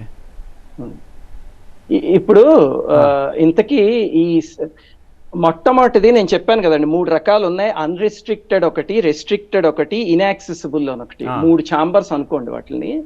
ఈ రెస్ట్రిక్టెడ్ ఛాంబర్ ఉంది కదా, ఇప్పుడు రాజుగారు లోపలికి ఏదైతే వెళ్ళారో అది, అందులో మొత్తం 7 స్టేజెస్ ఉన్నాయి అని పురాతన కాలం నుంచి ఉంది. అందులో 1964లో 2 స్టేజెస్ ని మాత్రమే కనిపెట్టగలిగారు. సో 1964లో అది కనిపెట్టినప్పుడు ఈ 2 తప్ప ఇంకేవీ లేవు అనుకున్నారు. 1972లో దాంట్లో 3rd స్టేజ్ని కనిపెట్టారు. అందులో 3 స్టేజ్ల కింద ఉన్నాయి. అది 1972లో కనిపెట్టారు. ఈ 2 అయితే రికార్డ్ అయి ఉన్నాయి పూరి రికార్డ్స్లో. దాని తర్వాత మిగతా 4 స్టేజ్లు ఎక్కడ ఉన్నాయి, వాటిని ఎలా యాక్సెస్ చేయాలి అనేవి తెలియదు. రాజుగారైనా న్యూస్లో వాళ్ళైనా ఎవరైనా ఏం చేస్తారంటే ఎవరో ఒకళ్ళు యాక్సెస్ చేశాక కదా అది ఎలా చేయాలి అని చెప్పేది. కానీ అవి ఉన్నాయి అని అయితే ప్రచారంలో ఉంది తప్ప అవి ఇన్యాక్సెసిబుల్, ఎలా చేయాలో తెలియదు. కానీ ఆ సొరంగానికి నేను ఇందాక చెప్పినట్టు ఈ ఆలయానికి 300 మీటర్ల దూరంలో ఒక సొరంగం దొరికిందని చెప్పాను కదా, అదైతే మనం అందరం చూడొచ్చు. ఆ సొరంగమును ఆ తల్లి అందులోంచి రాత్రులు వెళ్ళేవాళ్ళు అనేది ఇలాగే ఒక మిత్ కింద, ఒక కథ కింద చాలా దశాబ్దాల పాటు ఉండిపోయింది. అయితే మొన్న ఈ మధ్య ఒక దశాబ్దం లోపే ఆ సొరంగాలు 2 ఒకటి బయటపడింది. అది అక్కడ బయట ఆర్కియాలజీ వాళ్ళు ఎవరో డిపార్ట్మెంట్ వాళ్ళు ఒక బోర్డు కూడా పెట్టారు, చాలా స్టాండర్డ్ బోర్డు. ఏమిటంటే ఇది ఈ మధ్య దొరికింది, 2 సొరంగాలు ఉన్నాయి ఇక్కడ, అందులో ఒకటి మాత్రం దొరికింది ఈ మధ్య అని. ఆ దొరికిన సొరంగాన్ని నేను చూసొచ్చా. అది ఆలయంలోకి ఉంది అంటారు, కాకపోతే అందులోకి వెళ్ళనివ్వట్లేదు, దానికి పూజ చేస్తున్నారు చుట్టూ పువ్వులు అవన్నీ పెట్టి. కానీ పైనుంచి చూస్తే మన అందులోకి సొరంగం ఉంది అని కనిపిస్తుంది అంతవరకు. సో ఒక సొరంగం ఈ మధ్య ఒక దశాబ్ద కాలం లోపే, నాకు తెలిసి 7-8 సంవత్సరాలు కూడా అయ్యి ఉండదేమో, అప్పుడే బయటపడింది. అది ఆలయం వరకు ఉందని తెలుస్తోంది. అలాగే ఇంకా ఇక్కడ ఉన్నవి బయట పడచ్చేమో భవిష్యత్తులో. వాటికే నాగబంధం ఉంది అనేది అక్కడున్న ప్రచారంలో ఉన్న విషయం, ఇప్పుడు బయట పడని వాటికి. ఓకే, నండూరు గారు, ఇప్పుడు లాస్ట్ టైము 78లో ఇప్పుడు దీన్ని ఓపెన్ చేసినప్పుడు ఆ రోజు ఈ ఆభరణాల ఇన్వెంటరీ కోసం 70 రోజుల సమయం పట్టింది. ఇది ఎవిడెంటే మన దగ్గర ఉన్నదే, కానీ ఇది రికార్డ్స్లో ఉంది. సో ఇప్పుడు ఎంత సమయం తీసుకునే అవకాశం ఉందనుకుంటున్నారు? ఇప్పుడు దానికన్నా తక్కువే పట్టచ్చండి. అంటే ఇప్పుడు ఆ 3rd ఛాంబర్ విషయం మర్చిపోండి, ఇన్యాక్సెసిబుల్ ఛాంబర్. ఈ పాత చూస్తే కనుక 1978లో 70 రోజులు పట్టినప్పుడు ఇంకా పూర్తిగా కౌంట్ చేయలేదు అని కూడా చెప్పారు, అంతేగాని అప్పుడు పూర్తిగా కౌంట్ అవ్వలే. ఇప్పుడు టెక్నాలజీ బాగా పెరిగింది, అలాగే ఆర్టిఫిషియల్ ఇంటెలిజెన్స్ అవన్నీ వచ్చేసి దానికి ఒక మణిని ఇచ్చి మెషిన్ లెర్నింగ్ చేయించగలిగాం అనుకోండి మనం, అది ఆ రకమైనవన్నీ టకటక కౌంట్ చేసేయగలదు. అలాంటి ఎక్విప్మెంట్ అంతా ఇప్పుడు బోలెడు వచ్చాయి. అందువల్ల ఇప్పుడు ఖచ్చితంగా ఫాస్ట్ గానే తెరవడానికి, అలాగే పూర్తిగా కౌంట్ చేయడానికి కూడా అవకాశం ఉంది ఇప్పుడు. Okay, గతంలో సరే. లాగా మధ్యలో సరే సరే సరే మీ దృష్టిలో ఇప్పుడు ఈ థర్డ్ ఛాంబర్లోకి వెళ్ళడం సాహసమా దుస్సాహసమా, దాన్ని ఏమని చెప్పి అభివర్ణిస్తారు? దుస్సాహసం అని కాదండి, మొట్టమొదటి అది కనిపెట్టాలి ఎలా వెళ్ళాలి అని. దానికి ఏదో ఒక మెకానిజం ఉంటుంది నాకు తెలిసి. అంటే పైకి గోడలా కనిపించిందే ఒక మెకానిజము, లేకపోతే ఇప్పుడు మనం వెళ్తున్న దారి కాకుండా ఇంకొక వైపు దారి ఉండొచ్చు దానికి. పూరి ఆలయంలో అలా చాలా ఉన్నాయి. ఇప్పుడు వీళ్ళు వెళ్తున్నది ఒక దారి, అలాంటిది ఇంకొక వైపు ఎక్కడైనా ఉండొచ్చు. అలా ఎక్కడైనా వెళ్ళి యాక్సెస్ చేయాలి. ప్లస్ నాగబంధం లాంటిది ఉంటే కనుక ఇప్పుడు తాంత్రికులు ఎంతో మంది ఉన్నారు మనకి, తెలుగు రాష్ట్రాల్లోనూ ఉన్నారు, కేరళ దగ్గర ఉన్నారు. వాళ్ళు ఎవరినైనా తీసుకువస్తే నాగబంధం తెరవడం అనేది ఇంపాసిబుల్ కాకపోవచ్చు. వాళ్ళందరూ అధికారులు అనుకుంటే తెరవచ్చు. ఓకే, ఇప్పుడు మంత్రశాస్త్ర పండితులు విరివింటి వారు ఉన్నారు. విరివింటి వారు ఇప్పుడు దీన్ని తెరవాలి అనుకుంటే ఆ రోజు స్నేక్ క్యాచర్స్ని ఎలా తీసుకొచ్చారో, గ్యాస్ కట్టర్స్ని ఎలా తీసుకొచ్చారో, గ్యాస్ మాస్క్లు ఎలా తీసుకొచ్చారో, అలా నాగబంధం కనుక ఐడెంటిఫై చేసి దాన్ని తెరవాలి అనుకుంటే డెఫినెట్గా ఈ మంత్రశాస్త్రం తెలిసిన వాళ్ళు, దాన్ని గుట్టు విప్పేవాళ్ళు, వాళ్ళకి తీసుకుని వెళ్ళాలి. ఆ ప్రాసెస్ ఎలా ఉంటుంది? అంటే యాక్చువల్లీ ఈ నిధులను తీయాలి అనే దగ్గర ప్రధానంగా 27 మంత్రాలు చెప్తూ వస్తున్నారు. ఆ 27 మంత్రాలను కూడా మనం అక్కడ దాన్ని తెలిసిన వాళ్ళు అయి ఉండాలి. తర్వాత దీనికి ఈ మంత్రశాస్త్రాన్ని దీన్ని మొత్తం చేసేదానికి ఆచార్యుడు అనేవాడిని ఒకరిని ఎన్నుకోవాలి. ఈ ఆచార్యునికి ఎటువంటి లక్షణాలు ఉండాలి అని కూడా అక్కడ మనకు చెప్తూ వస్తున్నారు. Okay, that's okay. ఇంకా కన్య లక్షణ భేదజ్ఞ దేవతా మంత్ర సంయుత, అంటే ఎక్కడ దాన్ని తీయాలి, ఏ విధంగా తీయాలి అనే దాని గురించి తెలిసిన వాళ్ళు ఉండాలి. అంటే ఇప్పుడు కూడా ఉన్నారు. ఆ నిధి శాస్త్రాన్ని యాక్చువల్లీ ఈ నిధి ప్రదీప్ అనే గ్రంథాన్ని మనకు ప్రింట్ చేసింది ఎవరు అంటే అనంత పద్మనాభ స్వామి దేవస్థానం ఉంది కదా, వాళ్ళు ఈ గ్రంథాన్ని మనకు ప్రింట్ చేసి ఇచ్చినారు. దీన్ని తెలిసిన వాళ్ళు ఇప్పుడు కేరళలో చాలామంది దీనికి సంబంధించిన విషయాలన్నీ జ్ఞానం ఉన్నటువంటి వాళ్ళు. ఆ 27 మంత్రాలు కూడా ఏ మంత్రాలు దేని కోసము అంటే సర్పాల నుంచి బాధ వస్తే ఏ విధంగా చేయాలి, తర్వాత క్రిమికీటకాదులతో బాధ వస్తే ఏ విధంగా చేయాలి, తర్వాత జలోదకం స్థలోదకం అనుకోని, స్థలోదకం మహావృష్టి అంటే ఇవన్నీ తీసేటప్పుడు స్థల ఉదకం అంటే అక్కడ ఏవైతే పెట్టినారో అక్కడ నీళ్లు కూడా వచ్చేదానికి అవకాశం ఉంటుంది. అలాగే ఈ పాములు, తేళ్లు, క్రిమికీటకాలు అన్నట్టుగా కొన్ని నిధుల్ని ఓపెన్ చేస్తున్నప్పుడు ఏవో అరుపులు వినిపిస్తాయని అటువంటివన్నీ అన్ని కూడా ఈ గ్రంథంలో మనకు చాలా స్పష్టంగా చెప్తూ వస్తున్నారు. అంటే ఇక్కడ ఈ విధంగా అంటే ఆ దేవతామూర్తి దగ్గర ఈ విధంగా అటువంటి శబ్దాలు వస్తున్నాయి అంటే ఆ కింద ఈ నిధి ఉంది అనేటట్లు. ఊర్ధ్వబాహు రతిక్రూర ప్రతిమా యస్య దృశ్యతే అంటే ఊర్ధ్వబాహు అనేటువంటి అతి ఉగ్రమైనటువంటి ప్రతిమ ఎక్కడన్నా ఉంది అంటే దాని కింద ఎంచేదానికి సాధ్యం కానంత నిధి ఉంది అనుకొని మనకు శాస్త్రం చెప్తుంది. ఈ నిధికి ఏమైనా కాలపరిమితి అంటూ ఏమైనా ఉంటుందా గోపికృష్ణ గారు? నిధికి కాలపరిమితి అంటూ ఏముండదు. ఓకే, అది ఎప్పుడూ ఉంటుంది. కానీ దాన్ని పరీక్ష చేసి చూడడం, దాన్ని ఎలా తెలుసుకోవడం అనేది ప్రధానం. ఈ నిధి ఒక్కొక్కరికి మంచిని ఒక్కొక్కరికి చెడును చేస్తుందా? చాలా చెప్పారు దాని గురించి. ఇప్పుడు నిధిని ఎలా చూడాలి, నిధి కొంతమందికి అనుకూలిస్తుంది, కొంతమంది ద్వారా వంశాలు కూడా నిర్వంశమైన కారణాలు ఉన్నాయి, అడ్రస్ కూడా పోయిన కారణాలు ఉన్నాయి. అక్కడ చెప్తూ తత్తత్ దేవత కోపస్యాత్ దేవ స్వస్వాపహారత అంటారు. ఇప్పుడు దేవుడి కోపం ఉంటుంది. మనం ప్రశ్న పెట్టిన ఇంతకుముందు చెప్పుకున్న అష్టమంగళ ప్రశ్న అని, ఆ ప్రశ్నలో అడిగినప్పుడు అక్కడ నిధి ఉందా లేదా, నిధి ఉంటే ఈ నిధి ఎవరికి మంచిది, ఈ నిధి తీయడం ద్వారా మంచి అవుతుందా చెడవుతుందా అని కూడా అక్కడ లక్షణాన్ని చెప్పుతూ అక్కడ చెప్తూ వస్తారు. ఒకవేళ ఆ ద్రవ్యాన్ని మనం తీసుకున్నట్టయితే దానిలో ఈషన్ మాత్రం కూడా ఆ నిధిలో నుంచి కొంత భాగం మన సొంతానికి ఉపయోగించినట్టయితే అక్కడ దేవుడి కోపం వచ్చి ఆ వంశాలు లేకుండా అడ్రస్ లేకుండా పోతారు అని చెప్తారు. అట్లా ఆ సందర్భంలో కూడా ఈ దేవుడి ద్రవ్యం ఎవరికి మంచిది కాదు అని. ఈ దేవుడి ద్రవ్యాన్ని ఎందుకు ఉంచారు మరి అక్కడ ఉంచాల్సిన అవసరం ఎందుకు వచ్చింది అంటే ధర్మ రక్షణ చేయడానికి, ఆ దేవత ఒక మందిరాన్ని కంటిన్యూస్గా డెవలప్ చేయడానికి కానీ మెయింటెనెన్స్ చేయడానికి కానీ ఇత్యాదుల గురించి ఆ దేవుడి సన్నిధిలో ఆ డబ్బును ఉంచారు. ఈ అనంత పద్మనాభ స్వామి టెంపుల్ని నేలమాళిగలు ఓపెన్ చేసినప్పుడు ఏమి కాలేదు, కానీ ఓపెన్ చేసిన తర్వాత ఆ అడ్వకేట్ ఎవరైతే కోర్టుకు వెళ్ళారో అతను కాలం చేయడం, లేకపోతే అగ్ని ప్రమాదాలు ఇలాంటివి సంభవించాయి. మొన్న కూడా ఈ పూరి జగన్నాథ స్వామి రత్నభాండా గారు పోలీస్ గారు కూడా ఏదో అయింది. రెండో ఛాంబర్ ని తెరిచినప్పుడు ఎస్పీ మూర్చపోయి పడిపోయారు. వీటన్నిటికీ సో కూడా- ఇవాళ ఏం జరిగిందో తెలియదు, బయటకు వచ్చిన తర్వాత చెప్పాలి. ఇలాంటివి ఎందుకు జరుగుతాయి? వీటన్నిటికీ కూడా ఆచార్య యజమానయోహో అనుకొని దీని యొక్క చెడును అక్కడ ఆచారి లేదంటే అక్కడ యజమాని ఎవరైతే ప్రధాన వ్యక్తి ఉంటాడో వాళ్ళు దాన్ని తీసుకోవాలి. దీని చెడు అనేది వాళ్ళ మీద అంటే మంచి కానీ చెడు కానీ ఫస్ట్ వాళ్ళ మీద రిఫ్లెక్ట్ అవుతుంది అనుకొని ఒకటి చెప్తూ వస్తున్నారు. ఈ యజమాని పెద్ద వ్యక్తులు అక్కడ ఎక్కువ మంది ఉన్నారంటే జాతి విద్యా వయోధికం, దాంట్లో విద్యలో ఎవరు పెద్దవాడు లేదా వయస్సులో ఎవడు పెద్దవాడు, సార్థే ప్రధానం సామ్యేతు జాతి విద్యా వయోధికం అనుకొని చెప్తూ వస్తున్నారు. అంటే అక్కడ ప్రధానమైన వ్యక్తులు ఎక్కువ మంది ఉన్నప్పుడు వీళ్ళలో ఎవరు పెద్దవాడు అతని మీద దీని ఎఫెక్ట్ పడుతూ వస్తుంది అనుకొని ఓకే ఈ నిధికి సంబంధించిన దాంట్లో. తర్వాత ఏమంటే ఇక్కడ నిధి తీసేటప్పుడు లేదంటే ఈ సర్పబంధం ఇవన్నీ ఉన్నప్పుడు దాన్ని ఎవరెవరు ఓపెన్ చేయడానికి ఎవరెవరు ఉండాలి అనే దాన్ని కూడా చెప్తూ వస్తున్నారు.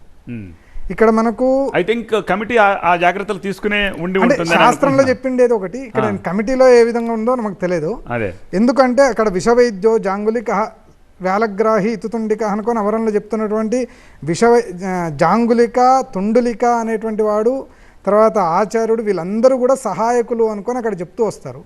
వీళ్ళందరూ కూడా అక్కడ ఉండాలి అనుకొని ఇక్కడ ఇంకా ప్రధానంగా ఏమంటే నిధి అనే దాని దగ్గర ప్రధానంగా నవనాగులు ఉంటారు. వాటిలో కూడా వాసుకి అనేటువంటి ఒక సర్పం అక్కడ రక్షణగా ఉంటుంది అని. ఆ వాసుకి పేరులోనే వసు అంటే ధనము, కే శిరసి ఎస్య సహా వాసుకి, ఎవరి మీద అయితే వసు ఐశ్వర్యం అంతా ఉంటుందో వాళ్ళను వాసుకి అనుకొని చెప్తూ వస్తారు. ఈ వాసుకినే ఈ నాగబంధానికి ప్రధానంగా ఉండేటువంటి దేవత అనుకొని కూడా మనకు దీంట్లో చెప్తూ వస్తున్నారు. ఈ నాగబంధంలో కూడా ద్వివిధ నాగబంధము, చతుర్విధ నాగబంధము, అష్టవిధ నాగబంధము, ఈ విధంగా చాలా ప్రభేదాలు చెప్తూ వస్తున్నారు. ఓకే, దాన్ని మనం తెలుసుకొనే దాన్ని తీసేదానికి ప్రయత్నాలు ఇవన్నీ చేసుకుని రావాలంటారు. ఓకే, ఫైనల్గా ఎంఎం గారు, మనకి మన దేశంలో తంత్రశాస్త్రము అనేటువంటిది 1000 సంవత్సరాల క్రితం వరకు చాలా బ్రహ్మాండంగా ఆచరణలో ఉండేటువంటిది. ఈ తంత్రశాస్త్రం మొత్తం దేశంలో 3 ప్లేసెస్లో బాగా ఎక్కువ, అన్ని కొన్ని శాస్త్రాలు కొన్ని ప్రదేశాల్లో బాగా ఎక్కువ ప్రచారంలో ఉంటాయి. కేరళ, ఒరిస్సా, నేపాల్, ఈ 3 చోట్ల కూడా తంత్రశాస్త్రానికి ప్రసిద్ధి మన దేశం. కాబట్టి మనకి తంత్రశాస్త్రము నాగబంధం అనేవి ఎక్కడ కనిపిస్తున్నాయంటే కేరళలో కనిపిస్తోంది, ఒరిస్సాలో కనిపిస్తోంది, నేపాల్లో కూడా ఉండొచ్చు, ఇంకా వెలుగులోకి రాలేదు. ఎందుకంటే నేపాల్ మన నుంచి వేరే దేశంగా ఉంది కాబట్టి అక్కడ మన కాంటాక్ట్స్ అంత ఎక్కువ లేవు కాబట్టి నాగబంధాలు ఇక్కడ వేసే అవకాశం తప్పకుండా ఉంది ఇక్కడంతా కూడా. సో వేరే చోట్ల మనం బహుశా నాగబంధాలను చూడలేకపోవచ్చు ఒకటి. రెండవది, అసలు వాస్తులో గణపతి స్థపతి అని మన దేశంలో ఉండేవారు. వారితో చాలా డిస్కస్ చేసినప్పుడు మయా వాస్తు ఇక్కడంతా కూడా మనకి మయుడు యొక్క వాస్తు శాస్త్రాలే మనం ప్రామాణికంగా ఇక్కడంతా మన కోస్టల్ డిస్ట్రిక్ట్స్ అన్నింటిలో కూడా జరుగుతుంటాయి. ఎందుకంటే మయా వాస్తు రాక్షసుల యొక్క వాస్తు శాస్త్రము, మయుడు మహాభారత కాలంలో కూడా చెప్పారు. ఆ విధంగా వాళ్ళు ఈ సముద్రాల్లో ప్రయాణం చేసి వచ్చి ఈ దేవాలయాలన్నింటిలో కూడా వాళ్ళ వాస్తు శాస్త్రాన్ని నిక్షిప్తం చేశారు.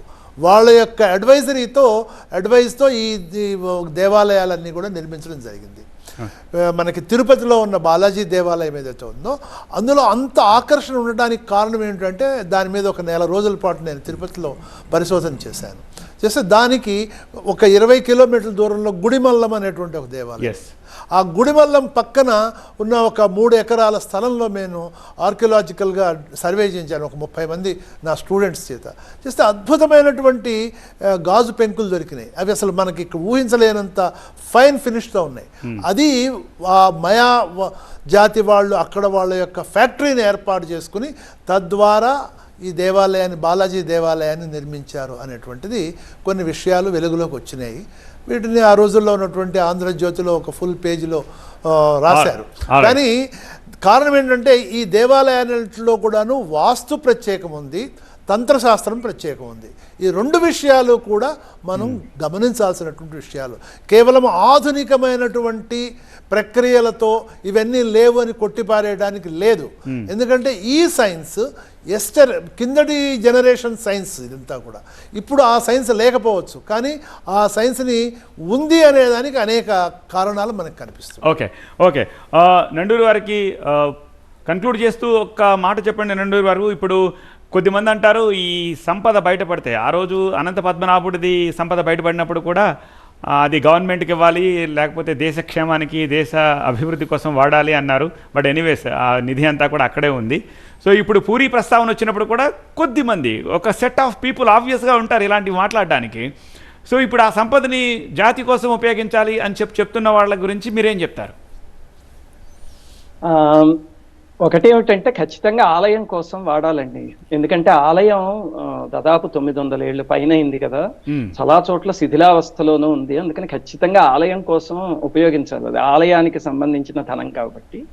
రెండవది రాజకీయాలు, పార్టీలు ఇవన్నీ పక్కన పెడితే ధర్మానికి ఉపయోగించాలి. మనకి దేశం ధర్మం అంటారు కదా, ధర్మం కోసం ఉపయోగించటం, ఆలయం కోసం ఉపయోగించటం అనేది సరైనది అని నాకు అనిపిస్తుంది. అలాగనే సంపద బయటకు వస్తే దుర్వినియోగం అయిపోతుంది ఆ భయంతో చెప్తున్న వాళ్ళు చాలా మంది ఉన్నారు. కాకపోతే మీరు పూరిలో గమనించి ఉంటారు, ఒకసారి పూరిలో ఇప్పుడు ఈ స్వామి మూల విరాట్లు కాకుండా 19 ఉత్సవ విగ్రహాలు ఉన్నాయన్నమాట. అది ఆలయానికి దక్షిణం వైపు ఒక ఘర్ ఉంది, అందులో ఉంటాయి. అందులో మదనమోహనుడు అని ఒక విగ్రహం ఉంది. అది పూరిలో అందరికీ ప్రాణప్రదమైన విగ్రహం. ఏ ఉత్సవానికైనా దాన్నే ఉపయోగిస్తారు, ఒక్క రథయాత్రకి మాత్రమే జగన్నాథ ప్రభువుని బయటికి తీసుకొస్తారు. అయితే ఆ మదనమోహనుడి విగ్రహాన్ని ఒకసారి దొంగతనం చేశారు. చేస్తే చాలా విచిత్రంగా పూరి క్షేత్రానికి క్షేత్రపాలకుడు ఆంజనేయ స్వామి. ఆ ఆంజనేయ స్వామి ఒక చిత్రమైన పని చేసేసరికి ఆ విగ్రహం మళ్ళీ బయటపడింది. అంతకుముందు గవర్నమెంట్లు, పోలీస్ వ్యవస్థ తల్లకిందులైపోయారు, ఆ విగ్రహం ఎక్కడుందో వెతుకుదాము అని. వల్ల కాలేదు. అప్పుడు చాలా విచిత్రంగా ఆంజనేయ స్వామి ప్రమేయంతో ఆ విగ్రహం బయటకు వచ్చింది. అది పూరిలో అందరికీ తెలిసిన న్యూస్ పేపర్స్ లో బాగా రికార్డ్ అయిన ఒక అద్భుతమైన విషయం. అలాగనే అక్కడ ఒక చింతామణి గణపతి ఉన్నాడు, ఆయన చెవులకున్న 250 గ్రాముల బంగారపు ఆభరణాలు ఎత్తుకుపోయి ఒక అతను ఎవడో 2500 రూపాయలకి అమ్మేపోయాడు. ఇది 30 జూలై 2011 రాత్రి జరిగింది అనమాట. బటగణేష అంటారు.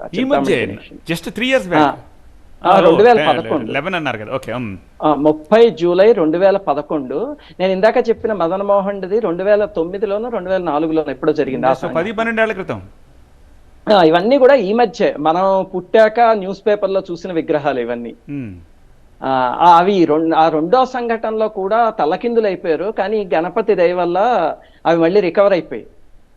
అలాగనే ఈ దక్షిణ మదనమోహన్ అయితే అసలు అది ఆ దొంగలు ఎత్తుకుపోయి ఏం చేశారో తెలియదు, మొత్తం మూసేసి ఒరిస్సా బార్డర్స్ అన్ని ప్రతి మనిషిని క్షుణ్ణంగా పరీక్షించడం మొదలుపెట్టింది గవర్నమెంట్. అలాంటిది చాలా విచిత్రంగా ఏమైందంటే కొన్ని రోజులు అయ్యాక ఒక కోతి అక్కడ ఒక బావి ఉంది, ఆ బావి దగ్గర నించుని చాలా గట్టిగా అరుస్తోంది. అప్పుడు పాపం ఫైర్ డిపార్ట్మెంట్, పోలీస్ డిపార్ట్మెంట్ అందరూ వెతుకుతూ ఉంటారు. చాలా విచిత్రంగా అరుస్తోంది, అది అరుస్తూ పిలుస్తోంది అనమాట వాళ్ళకి అనుమానం వచ్చి ఎందుకు ఇది చేస్తోంది, పూరిలో కొన్ని విచిత్రమైనవి జరుగుతాయి అని చెప్పి ఫైర్ డిపార్ట్మెంట్ వాళ్ళ బావి మొత్తాన్ని నీరంతా తీసేస్తే, డ్రైన్ చేస్తే బయటికి ఆ మదనమోహన్ విగ్రహం అందులో దొరికింది. ఇది నవంబర్ 2001లో న్యూస్ పేపర్స్ చూస్తే మీరు అన్నిట్లోనూ ఉంటుంది, ఒరిస్సా న్యూస్ పేపర్లో కోతి పట్టించింది. అలాగా పూరిలో సంపదని రికవర్ చేసుకోవడం స్వామికి తెలిసి చేసుకోవాలి, అక్కడ క్షేత్రపాలకుడికి తెలుసు. అందుకని సమయం వచ్చినప్పుడు అన్ని తప్పకుండా బయటకు వస్తాయి. మనం ఆయనకి నమస్కారం చేసుకుని ఆ జరిగేవన్నీ చూస్తూ ఉండవు అంతే. సో మనం భయపడాల్సిన అవసరం లేదు, లేకపోతే బెంగపడాల్సిన అవసరం కూడా లేదు ఆ నిధి గురించి కానీ, లేకపోతే అక్కడ ఏమవుతుంది అన్న వాటి గురించి కానీ. మీరు చెప్తారు మనం తీసేస్తాము అన్న కాన్ఫిడెన్స్ అవసరం లేదు, అది అప్పటికే బయటికి రాదు అన్న అపనమ్మకం అవసరం లేదు. ఎప్పుడు కావాలంటే అప్పుడు జగన్నాథ ప్రభు చేయించుకుంటాడు. అదే ఓకే.